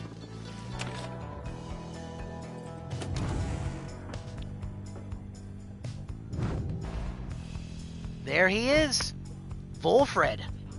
Oh my gosh, would you look at that? He's unfortunately at level 1, which means he has to conduct the rites to some extent. High glory, high presence. He's not very fast, but we can fix that. He is a long-standing exile of the Nightwings who seeks more than his own freedom. So he's got the same skills as Manly. Spawn a sapling in a nearby location which has its own aura. Channel a barrier that deflects adversaries, cast an auras back at them. Vanish underground, emerging further forward almost instantly. He was at one point a professor. He taught enough history to know what he was forced to teach was not the whole truth. He was born under the Cassius star. He was born on the 21st of 6th moon, suggesting he is contemplative and passionate. His crime was publishing. He owned and operated a stamping press, using it to spread anti-Commonwealth propaganda. And his motive was insurrection. The records state he sought to undermine trust in the Commonwealth doctrine and tradition, and he has been in exile for 9 years. By day, he was an unassuming history professor. By night, he operated a small but illegal stamping press of his own design, which he used to disseminate provocative ideas concerning how a truly peaceful Commonwealth might look. When his underground press was at last discovered, it was publicly destroyed. Eventually, he too was found and cast down. In the downside, he was taken in by the Nightwings, who sought someone with his experience. Since then, he has hatched a long-term plan to recruit like-minded individuals who might stand together to usher in a new age for the Commonwealth. So Volfred's actually set to level up almost completely. He just has to physically participate in all of the rites in order to get the experience points.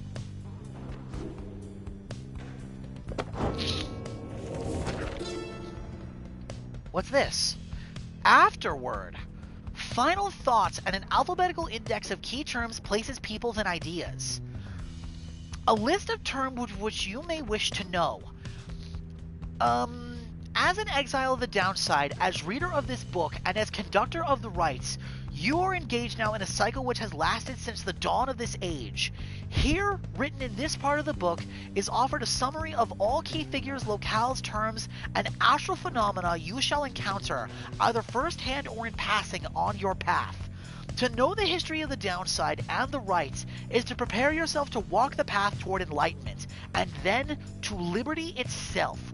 Should you be free again, remember, reveal not the rites themselves nor the existence of this book.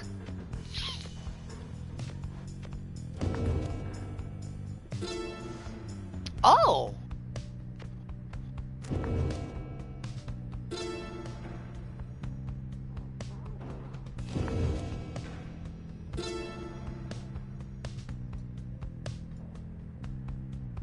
Oh, cool!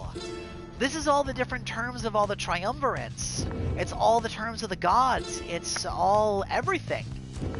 And the different things of the races, too.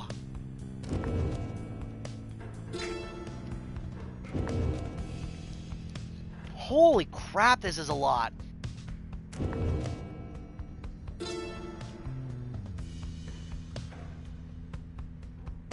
Okay, serious question here, Deej. Do you want me to read all this? I can, but it's a lot. Especially if I read it front to back. We might be here for a solid... I don't want to say an hour, but we could be here for a minute.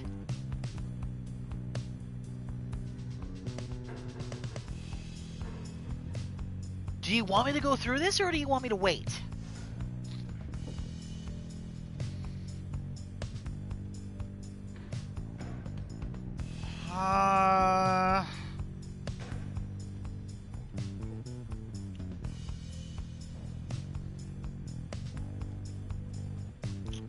Yeah, okay.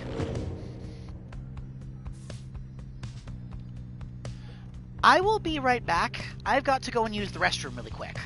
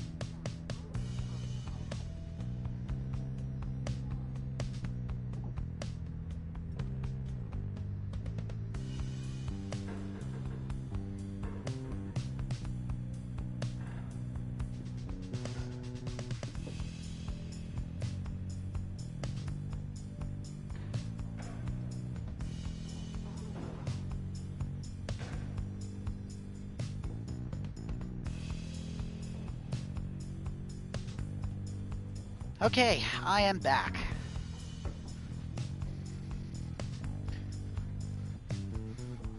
Now, where were we? Okay, Tizo is fast asleep. Sandra is considering new insults. Tarek is staying out of the way. Wolfred is nearby. Thank you. Pamitha is nowhere to be found. Sir Gilman is flexing his coils. Faye is staring at the book. Bertrude is sleeping or meditating, one or the other. Let's continue on. I do so hate to thusly contact you, O reader. The voice. Yet an awful rumor reached me recently that you have within your retinue a traitor to the Nightwings and the Commonwealth alike. But you would never harbor such a traitor, now would you? I trust your time within the downside would have taught you that.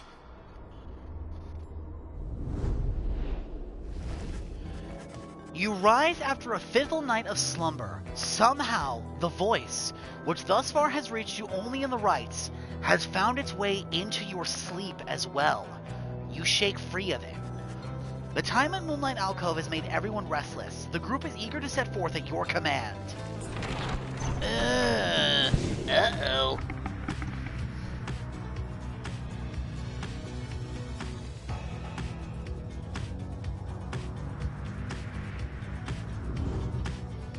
He must be talking about Wolfred.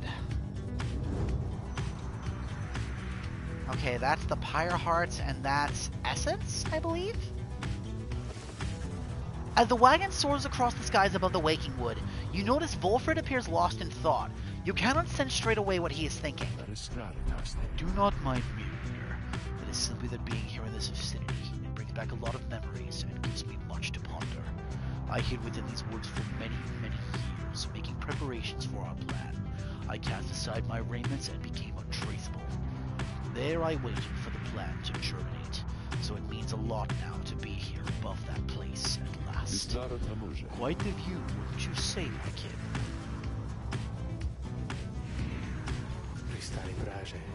Again we return to the Isle of Kaelner, hidden in this storm. I have met very few who would know of it at all, much less have walked upon its stones and sands.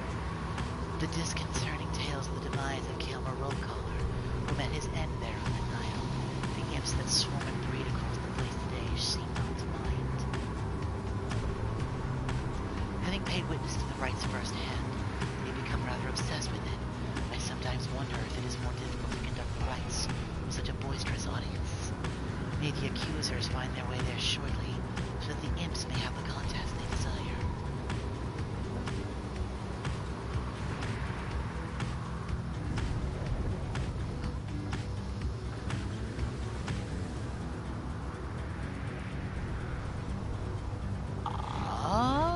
That's interesting. Sharp Shoal, an ice floe near the Isle of Kaelmer, sturdy enough for landing. Tizo suspects you may find something of value along this route. Or we can go to the Barbed Reef, an old exposed reef off the coast of the Isle of Kaelmer. You sense an unusual presence here, bearing word of your adversary, Lindell. What is this? I kind of want to check out the Barbed Reef. We've never seen something like this. So I actually kind of want to take a look at this. What do you think, Deej?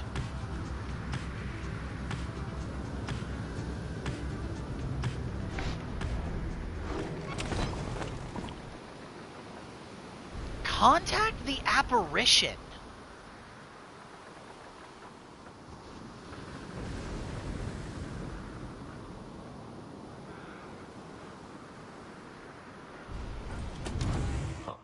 Oh, hi, Wolfred. Wolfred is nearby. Tarek is listening to the sea.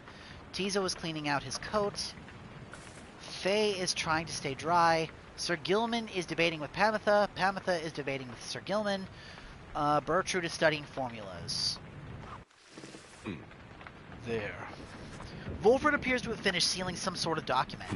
He smiles as you approach. Hello, my kid. Was just on my way out to make a drop. report a bit of progress on our supporters on the other side should like to know. It is not clear to you yet exactly how Wolfred is able to communicate with agents in the Commonwealth. We have our ways of making certain that such messages manage to make their way to whom they need to reach. Most of the time, at least. It's not exactly the most dignified of methods, but the messenger imp is a hard-working as the rest of us. I dare say even more so. He is one of Wolfred's couriers, tasked with delivering news to and from the Commonwealth. Most imps lack the capacity to do that job. They of course cannot traverse the outer boundaries of the downside, but they can squeeze much closer than any of us. Wolfred offers to tell you more of this process. It seems he has been using certain imps to relay messages to his agents in the Commonwealth for some time now. From that point, we depend on certain other means. A trafficker like Ruki would likely be familiar with them. Then my agents intercept the messages as they arrive. The messages are coded, and the off chance they reveal themselves before unwanted eyes. But even still, my agents put themselves in great peril there, supporting our cause and our plan. I could not ask for a more dedicated bunch. A shame we cannot meet them, separated as we are. If we succeed in our endeavors, it shall be in no small part thanks to them. They have identified hundreds of citizens loyal to our cause, found hidden corners where they speak freely. Their goal is to grow in number while remaining safe. For we cannot resist the Commonwealth if too few citizens stand with us, whether due to apathy or fear, or lack of willingness to see our nation as we do. Some of these agents I have known for many, many years, long before my exile. Many were former students from my days of teaching Commonwealth doctrine. It was clear then who among us did not take the common view. These days, I report to them our progress, and they, in turn, report theirs back. From that assessment, I update the estimation of our plan's success. Our chances of success increase substantially each time we liberate one of our own, but those loyal to us in the Commonwealth slowly gather strength, regardless of knowing our efforts. Thus do we inspire each other, not unlike the dynamics which I see among the Nightwings here. Now, good afternoon then, Reader. I have a delivery to make. He strides out of the wagon, bearing the sealed message. Okay. As you walk through the dark corners of Barbed Reef, you sense a presence of some sort which reaches out to you. It used to go by Barbara, but decided Barb sounded much less formal. It presents to you the vision of an adversary you expect to face within the coming rites. The apparition is aware of your next adversary in the rites, Lendel. It offers to sway the coming rite against him in your favor. Accept, and your adversary shall suffer misfortune to inhibit his performance. Nothing permanent, it claims. Decline, and the apparition shall extend its offer to Lendel instead. The apparition awaits your decision concerning its generous offer. Any edge against your adversaries in the rites may be the difference that secures your freedom. You would not resort to using underhanded tactics against your adversaries. I mean, we did once before. Yeah, we asked Pamitha to fuck over the Pyre Hearts, so yeah, we're going to accept. You thank the apparition for its generous offer and accept what it proposed. A moment later, the apparition folds in on itself and disappears. As you head back to the Black Wagon, you cannot help but wonder what exactly it intends to do. Lendel shall suffer -1 hope, presence, and quickness in the next rite. Victory at any cost. Besides, this dude's an asshole. I don't like him. Alright, to the Isle of Kamer. I'm in my little boat. The wagon comes to a sudden stop after a near miss with someone or something that got in its path. At first, you see no signs of whomever or whatever it was, but then a voice rings out from you from the other side of the path. The friendly yet somewhat aggravating tone leaves little room for question as to who it is. Hey guys, so maybe watch where you're going a bit more next time, I guess? You must have scared Dad half to death. I mean, just look at him. But it's good running into you like this because I've got you a really special deal. We got some pretty out there stuff on hand, and it's been slowing us a bit, to be completely honest. Something about him, I don't know, but Dad just hasn't been himself. But once we open shop, why, these little numbers, they're gonna fly off the shelves. And you can have first dibs. All you gotta do is give us a lift, because you're headed to the Isle of Kaelmer, right? Just drop us off when you get there, okay? The Black Wagon does not provide for you the most spacious accommodations, but it may have enough room for Falcon Ron, barely, at least for the short remainder of your trip. On the other hand, you sense a troubling energy from whatever strange artifact he's transporting right now, and wonder whether you should get involved. Falcon Ron is asking you to give him a lift. The Slugmart proprietor seems in need of some assistance that you may well provide. Tell him to get in. Tell him sorry. The thought of having to travel with Falcon Ron fills you with a nameless dread. I mean, Ron's not a bad guy. Think we should help him? The arcane nature of those artifacts kind of gives me some concern, but we should be fine, right? Though your fellow exiles exchange cautious looks, you invite Falcon Ron to climb aboard. Oh, great. Thanks, guys. I'll just squeeze right in, He does not. Dad, come on. Put your back into it already. Eventually, Falcon Ron manages to get on board as you prepare to set forth again. Falcon Ron has joined you. Welcome him aboard. For now.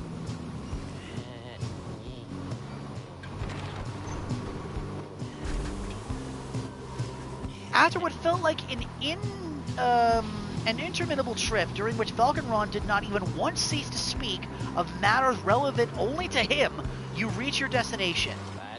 Anyways, thanks guys, and remember what I said. These thingers I got there, you got dibs on them if you come to visit me and Dad, that is. And we'll be going, so be seeing you, okay? Whether from Falcon Ron's ceaseless drivel or the ill effects of the cargo, everyone is feeling out of sorts. Your fellow exiles lose 5 glory on the next right. Try not to think about it. So that's damage to the Pyre that we don't have now. Fuck. Those relics had better have been fucking worth it, Ron. Hey guys, thanks again for helping me and my dad back there. We really owe you one. And so, as promised, I got something really, really good in stock for you right here. He pauses for dramatic effect. Then, he reveals to you several artifacts. The Black Hoof, the Black Heart, and the Black Claw. The Black Hoof, a cursed talisman. The bearer has 100% more stamina than usual, but cannot grasp the orb. One of 3 scattered remnants of a thrice-cursed demon who roamed the downside in a state of madness.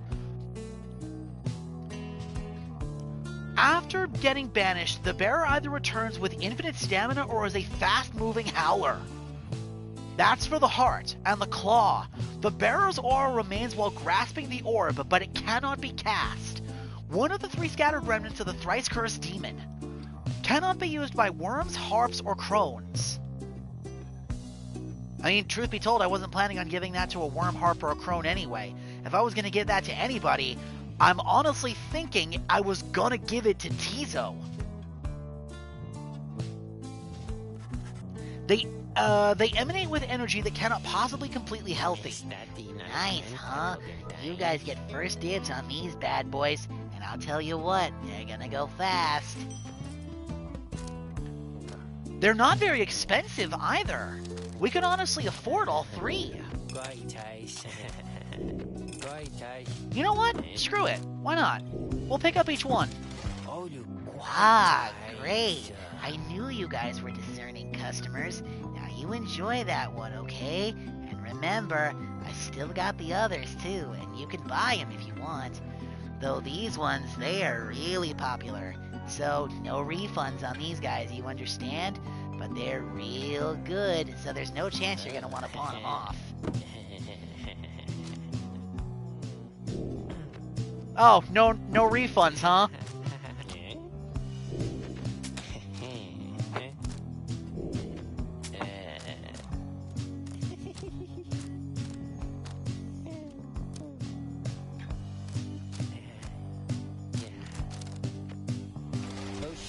Appreciate you doing business.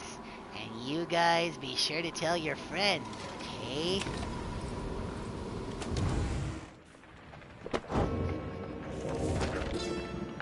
Downside climate. In the words of Jomer Manymanes, the Alpha Chief.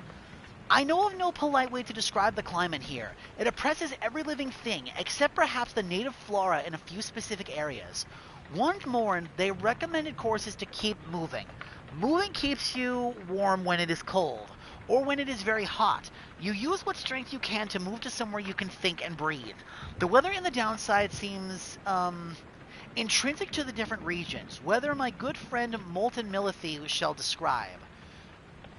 Shelter can be difficult to find, and you cannot stay in it for very long. Perhaps, however, shelter can accompany you rather than constrain you.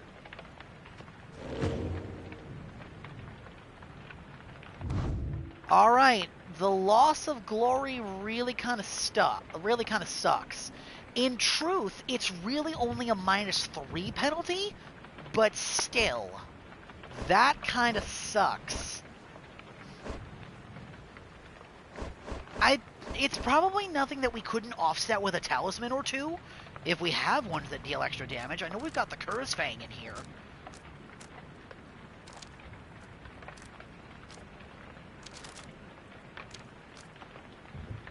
But then the other ones are all talismans for other things. Now that I think about it, we probably could get some other talismans. We don't need Goal's Bracer, Solium's Horn, or Jomer's Fang anymore. Why don't we go ahead and sell those to Ron really quick? Figured you'd want something else. Figured you'd want something else, so what'll it be, huh? Solium's Horn. Goal's Bracer. And Jomer's Fang. Wait, that is the one, right? It's Jomer's Fang? Yeah, that's Faruki. Yep. Okay, now he's in business.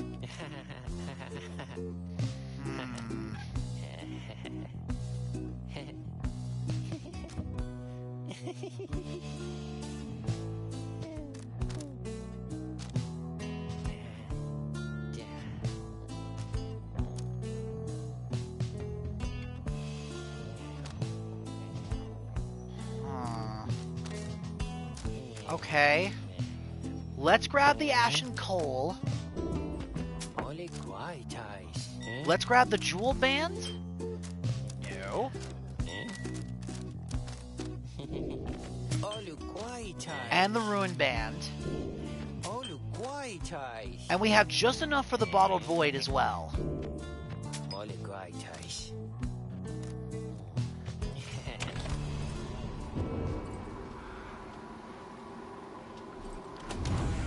Oh, we opened up more pages in the book since we spent so much money with Ron.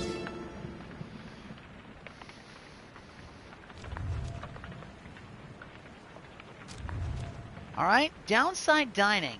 In the words of Jomer Manymane, the Alpha Chief, now to sustain oneself with food and drink in such a place as this, the less said of it the better.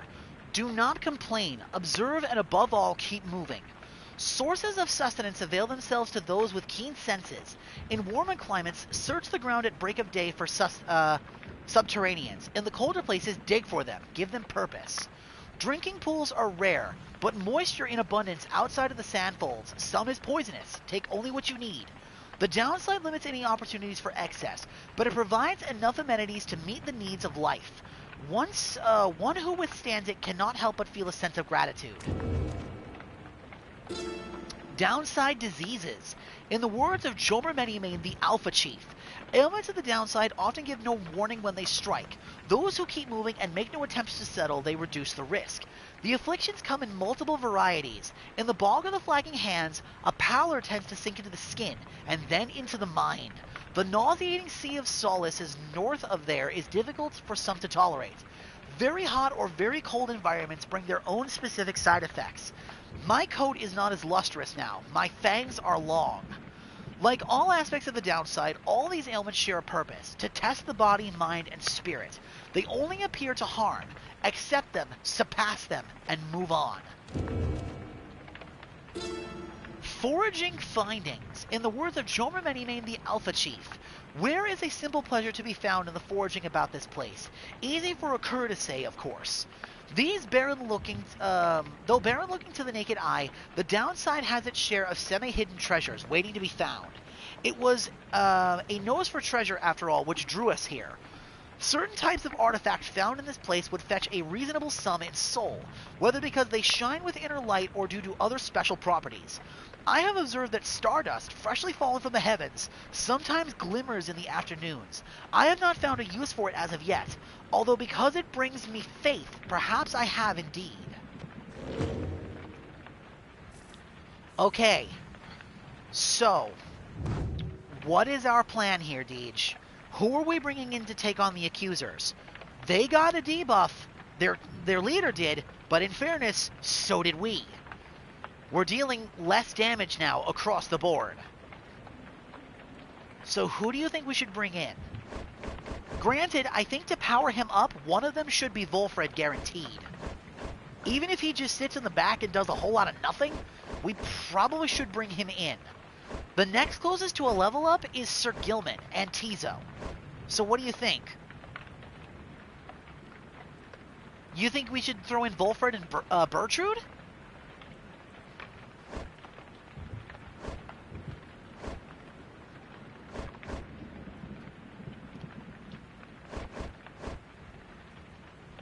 In that case, what if we do Volfred, Bertrude, and Tizo? What do you think?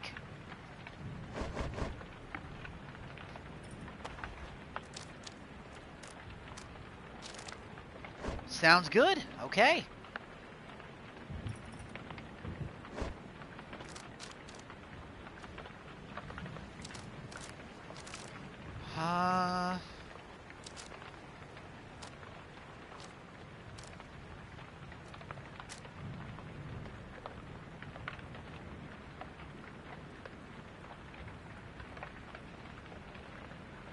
The bearer's aura remains while grasping the orb, but it cannot be cast. Let's test out the Black Claw. I'm going to give that to Volfred. Alright. Here amongst the murky waters of the Isle of Kaelmer, you await the signal of the stars. There is no sign yet of your expected adversaries, the accusers. Then the little imp Tizo flutters up to you.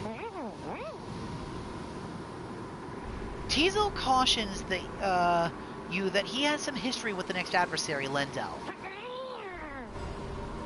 Tizo seems to be indicating that Lendel has a personal vendetta against him. But before he can explain anything further, the stars begin to call to you. Oh, if Tizo's got a bone to pick with this guy, then I'm glad we're bringing him in. Oh, that's another Titan star. Yep, by Lanthius. Your adversaries shall each deal an additional 5 damage to your pyre. Star of the High Titan, once vanquished by the scribe Jomer Many-Manes. Okay, so far we've done... What was it? It was Endriga the Widow and Yizlok the Starborn.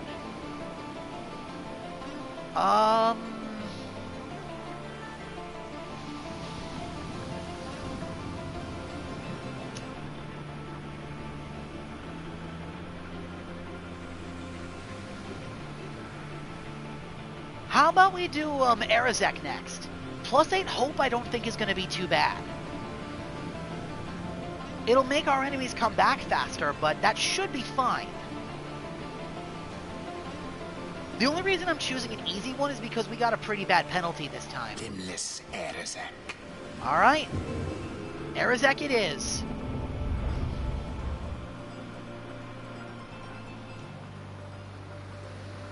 Volfred Sandalwood has powerful defensive abilities in the rice and can spawn an invincible sapling with its own defensive aura. Or should I say deceiver? For I detect another exile in your ranks. The exile Volfred Sandalwood himself, that cursed sap. I ought to have known he was behind all this. He has no love for our sacred tradition. Yet you would heed his poisoned words over mine own? I thought that we were friends. Then fine. Let us return to a more formal distance. We were never friends. All you've done is insult me, you prick! Your companions are assembled and ready for the rites. However, there is still no sign of your adversaries, the accusers. The little imp Tizo screeches something, cautioning you to stay alert. But then, someone leaps from the shadows and grabs at his mask. Caught out, you miserable beast. I knew it. After all this time, I knew that you were still among their ranks. Tizo is angry to have stumbled into an apparent trap laid for him by Lendl. Silence, fiend! You robbed me of my freedom, my dignity! Your evil shall be ended here and now, and you Nightwings shall not deny me thus again! Come then, my accusers! We face again none other than the spawn of the accursed imp, Aoub the Swallow! Let us show him now that he is a disgrace! Tizo whistles something angry back at him. Whatever transpired between him and Lendl in the past, Lendl evidently has not let it go.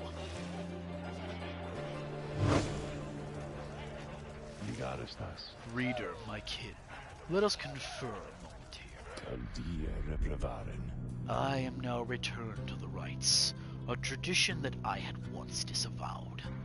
And now that I have donned the raiments, the voice knows that I am here. It is no matter, really, for our plan is well in motion. All that remains for us is to prevail.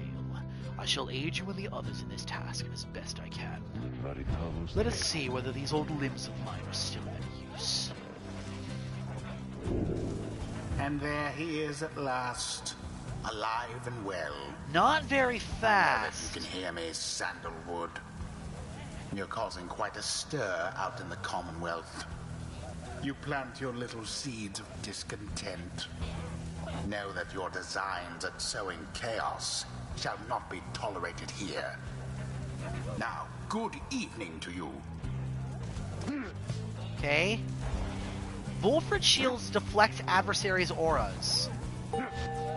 Okay.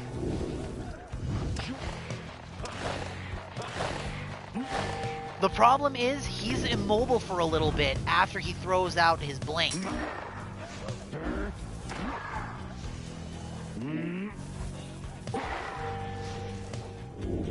Ah, but because of the Black Claw, I cannot throw out his saplings.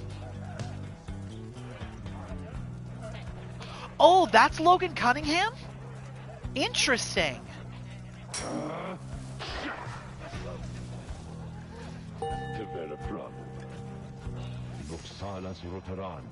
Now then, Nightwings, I look forward to conducting with you all, if and when, of course, the reader calls for us to stand as a triumvirate together.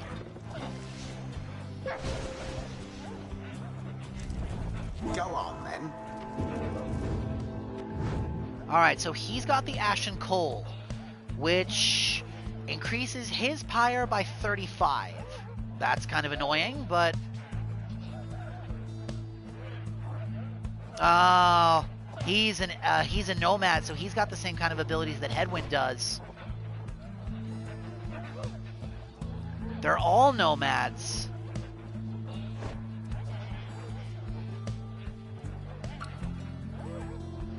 While the Bearer's Pyre has more than the adversary, the Bearer deals bonus damage. That's kind of annoying. He's the cold-mannered head of the accusers and bears an old grudge against the Nightwings. He was a well-feared young constable of the peace, bent on always making sure his suspects were found guilty. Once, he took in a civilian on suspicion of theft of Commonwealth artifacts.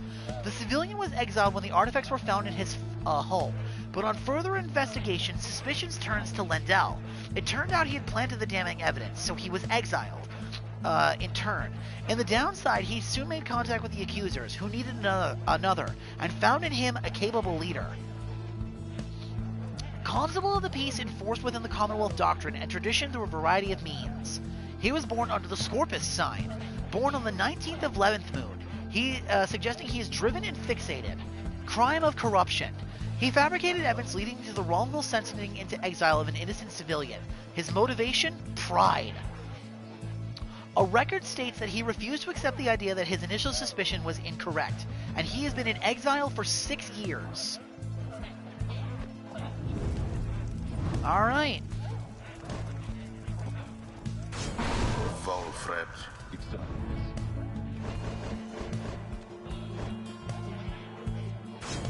Bertrude. Alright, Tizo, time for your run back, little buddy. Tizo. It is done. Our adversaries are contemptuous indeed. We shall teach them to respect their elders.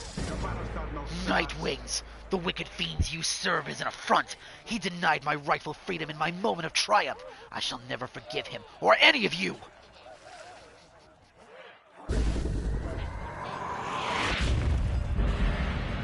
Now begin.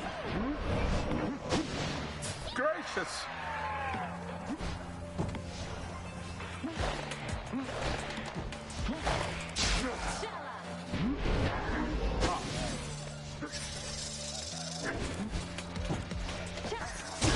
The path to glory laid bare.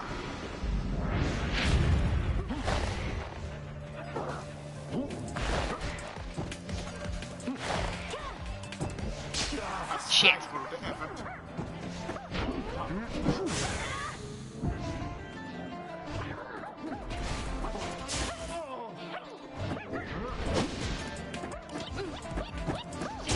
The orb engulfed in fire.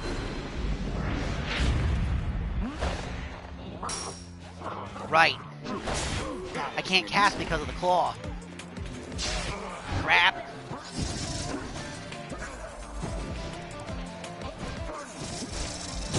Remember everything which you hold dear. Hold still, you miserable little pox! We're not finished with you yet. Tizo utters at Lindell a slew of the absolute worst of improfanity. Your curses could not possibly affect me any further, you foul spawn, for you have taken everything from me already. But if I am to be trapped in this forsaken hole with you for the remainder of my days, then I shall see to it that yours will be as doleful as my own. That Lendl certainly enjoys a rousing speech. Though talk means nothing in the rights.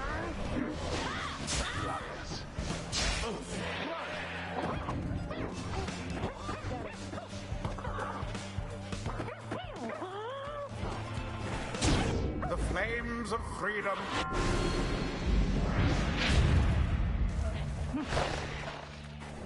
Good.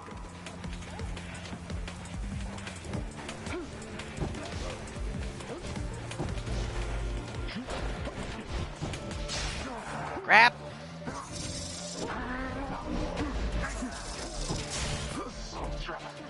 Oh no, you don't. An opportunity.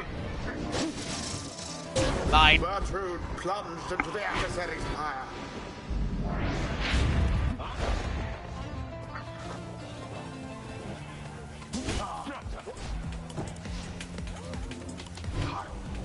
Both banished. Crap. Simply abhorrent. Uh-oh. Your That sucks. pains grow weak.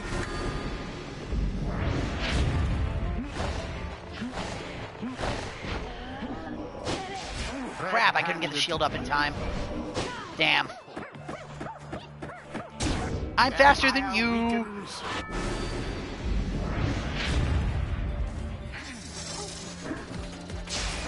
There goes old Bertrude.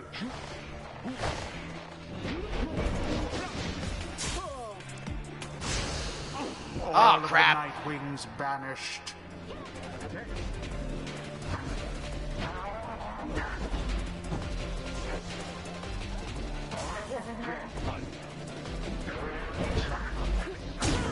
Damn. Unfortunate.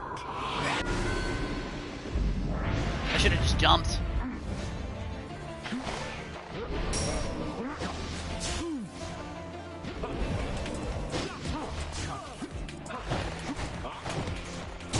Wolfred doused the adversary's fire. One more and we're good. Now go on, just once more. Get him, Tizo. No, you Crap. don't. No! Three Nightwings Nightwing's poof. Mine.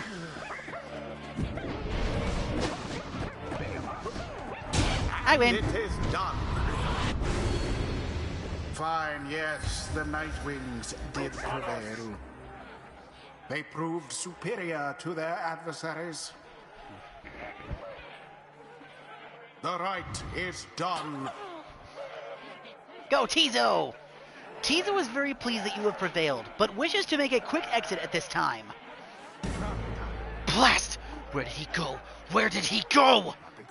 That infernal imp! It is a monster in disguise, a fiend! Come to torment me until the day I die! Lindell storms off in a fit of rage. Tizo reappears once the coast is clear and expresses his gratitude once again. What Lindell had said before, if Tizo truly is a descendant of Hawub the Swallow, then he has quite the legacy to live up to. The 8 scribes bless us with their ways.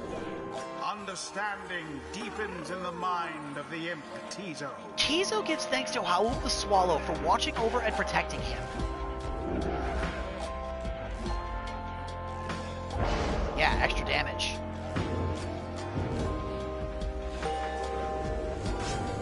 That Wilfred always was a little slow to pick things up. It's been a while since my last outings in the rights. Begging for your continued passage as I recommend. Now we've got his abilities. Legacies of the old 100 Mines. Right Mastery is enhancing the sap's ability to spawn saplings and protect his triumvirate.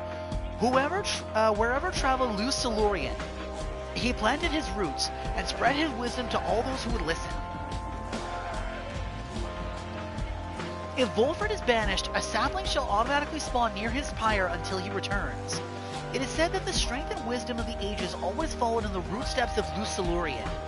After casting the sprout, Volfred's saplings spawn faster than usual and gain a larger aura.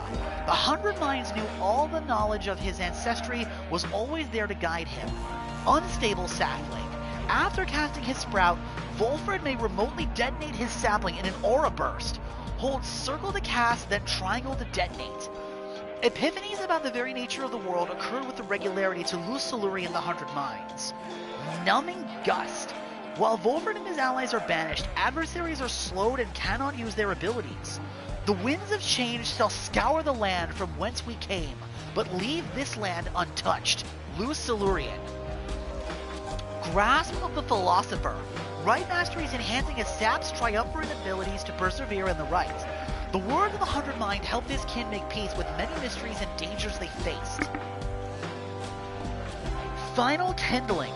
Once per right, if Volfred's adversaries extinguish his pyre, it is restored by 10 instead. It was Luz Silurian who ushered in the modern age and showed his people that a flame need not be feared. Guardian Shield. When using his shield ability, Volfred shields his allies as well. He fearlessly exploited the other side and was among the first to venture down the river that later took his name. Steadfast Hope. Volfred permanently gains +5 hope, hastening how quickly he returns from banishment. The great sap scholar, having fathomed every thought, still always smiled when he met someone. Miracle Kindling. Once per right, if Volfred adversaries extinguish his pyre, it is restored by 40 instead. It also stacks with similar effects. The stars well hidden from us on the other side here now reveal themselves. Luz Silurian to Solium Myrrh. Ooh. I actually kind of like going down the Guardian path. 100 Mines. Until the next right.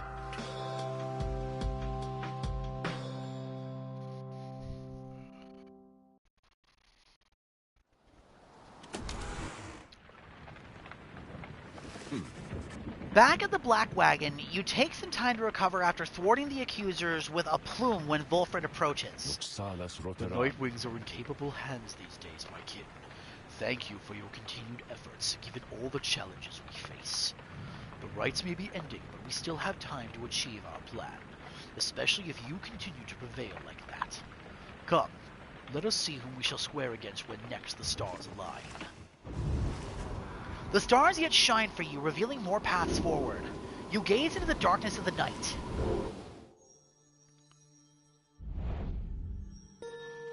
Gol, Milithy, and Lou.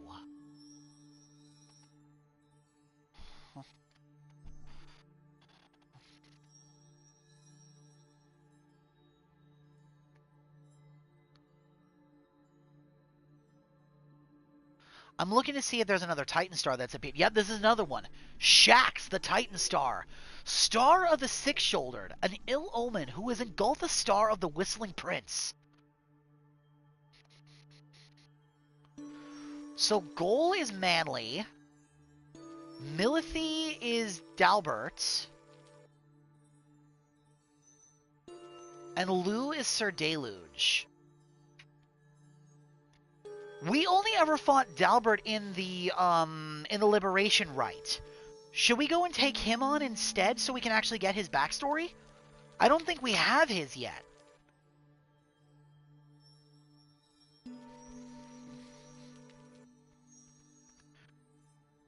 We already know about Manly and Sir Deluge. As much as I would love to keep kicking them in the teeth, fighting them gets stale.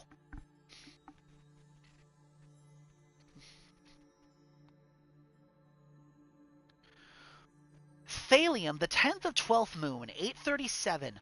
Wolfred asked that I take notes for him after each rite henceforth. He indicates the cycle of the rites appears to be accelerating even faster now. We likely shall be summoned to the fall of Solium again very soon. Oh, now I'm the one taking notes instead of Wolfred. What do you think, Deej? Should we go and take on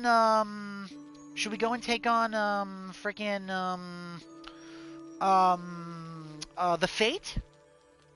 I kind of want to because I don't know the old dog's story, and I'd like to learn it.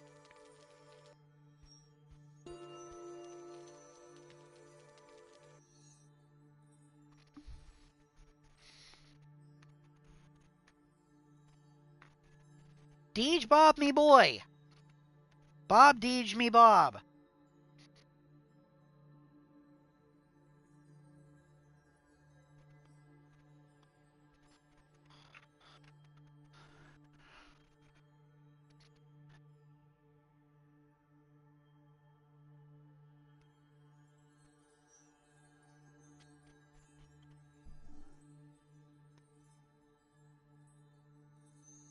Did you hear any of what I just said?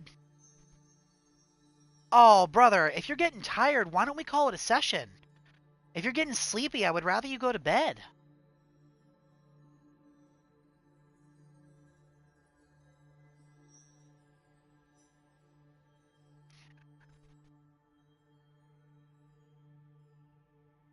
Dude, are you sure? I don't want you falling asleep on me and missing something. I would rather you go get some rest. You've had a bad day. Yes, I understand that, but if you're tired, you're tired. Go and rest. You need it.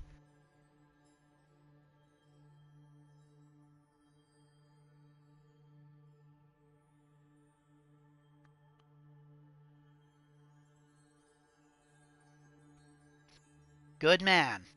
I promise I'll stay up and keep you company, but I want you awake and aware of what I'm doing. No, dude, don't apologize. It's fine. You know I would rather you go and get the rest that you need. Now, before you go, and before we wrap session, do you agree with my plan to go and take on the Fate, since we've already kicked Manly and Sir Deluge in the teeth a couple of times already? But we don't have the old dog's story, and I would like to learn it. Okay. We'll find a decent stopping point, and then we'll go from there.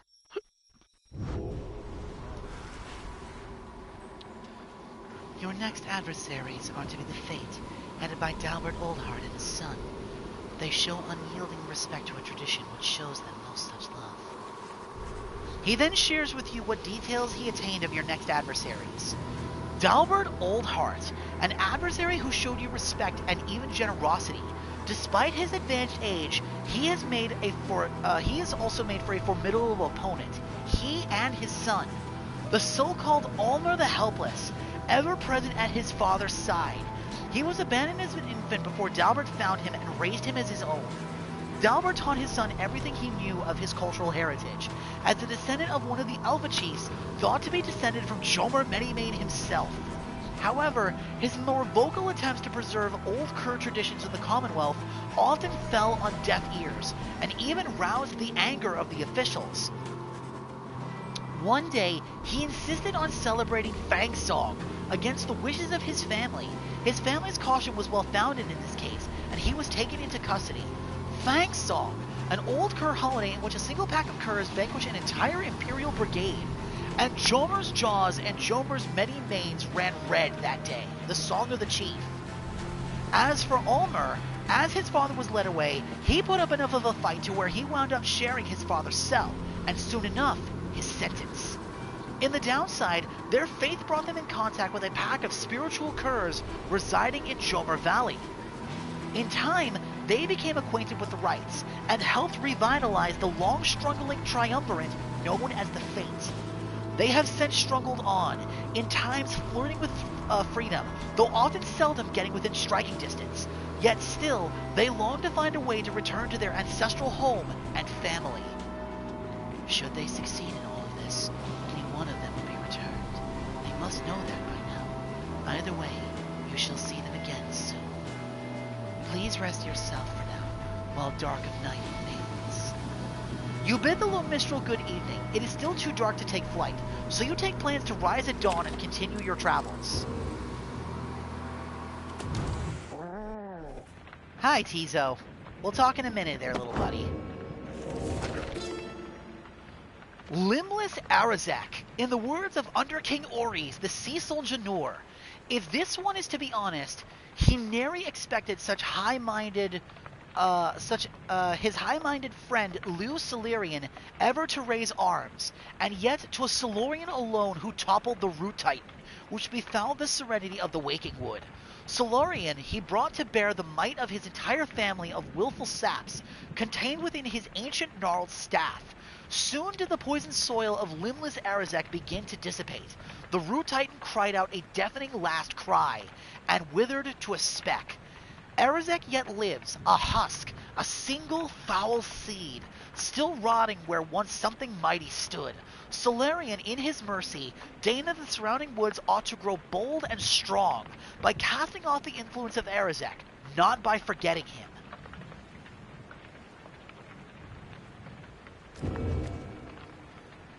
The Accusers. In the words of Haub the Swallow, the Accursed, the Accusers formed under Golgolthanian. He is a big man. He values justice, loyalty, and steadfastness. Golgolthanian says that the Accusers take their name from one of his most accomplished legions, from his former military days. All among them, in fact, served the Master General at one time. They represent the stoutest-hearted people of the Empire, who held true to Mur and Golgolthanian to the end. The golden colors of their raiments are reminiscent of their old shining armor, as is his claim. Ever shall they seek out that with the truest spirits and the strongest sense of purpose to replenish their ranks. A far cry from what they once were, unfortunately. Tizo seems somewhat less cheerful since his run-in with Lindell and the Accusers. He approaches you, waiting for you to hear him out. Tizo seems unhappy about something Lindell said to him. Tizo understands full well why Lindell is angry. While Tizo does not like Lindell as a person, he recognizes nonetheless that he denied his freedom. It was a liberation rite. He did what felt necessary, and he wanted to help his friend go free. Nonetheless, he still feels a certain guilt, and regrets that the rites force exiles into such situations. He falls silent for a while. Whether the 8 scribes ever intended for imps such as he to participate in the rites firsthand is difficult to know for certain. Then, Tizo is grateful to you for listening. He knows the scribes created the rites with good intentions. He promises to keep doing his best to live up to the legacy of the scribes. He bounds up into the rafters with some of the other drive imps. Regardless of whether he is truly a descendant of Haub the Swallow, surely the scribes would be proud of him. I know I am. Tizo's such a good little boy. Alright, and that is where we will stop. Alright, my man, you go get some sleep. We'll pick this up probably tomorrow at some point. For now, go get some rest. You deserve it. You have a good night, okay, little bro? And thank you all very much for watching. We'll see you again next time. I feel slowly but surely we are getting to endgame here, which is good. Because I'm excited to get to Hades. But not till we finish this. Have a good night, everybody. I love you too, little bro. Go get some sleep, okay?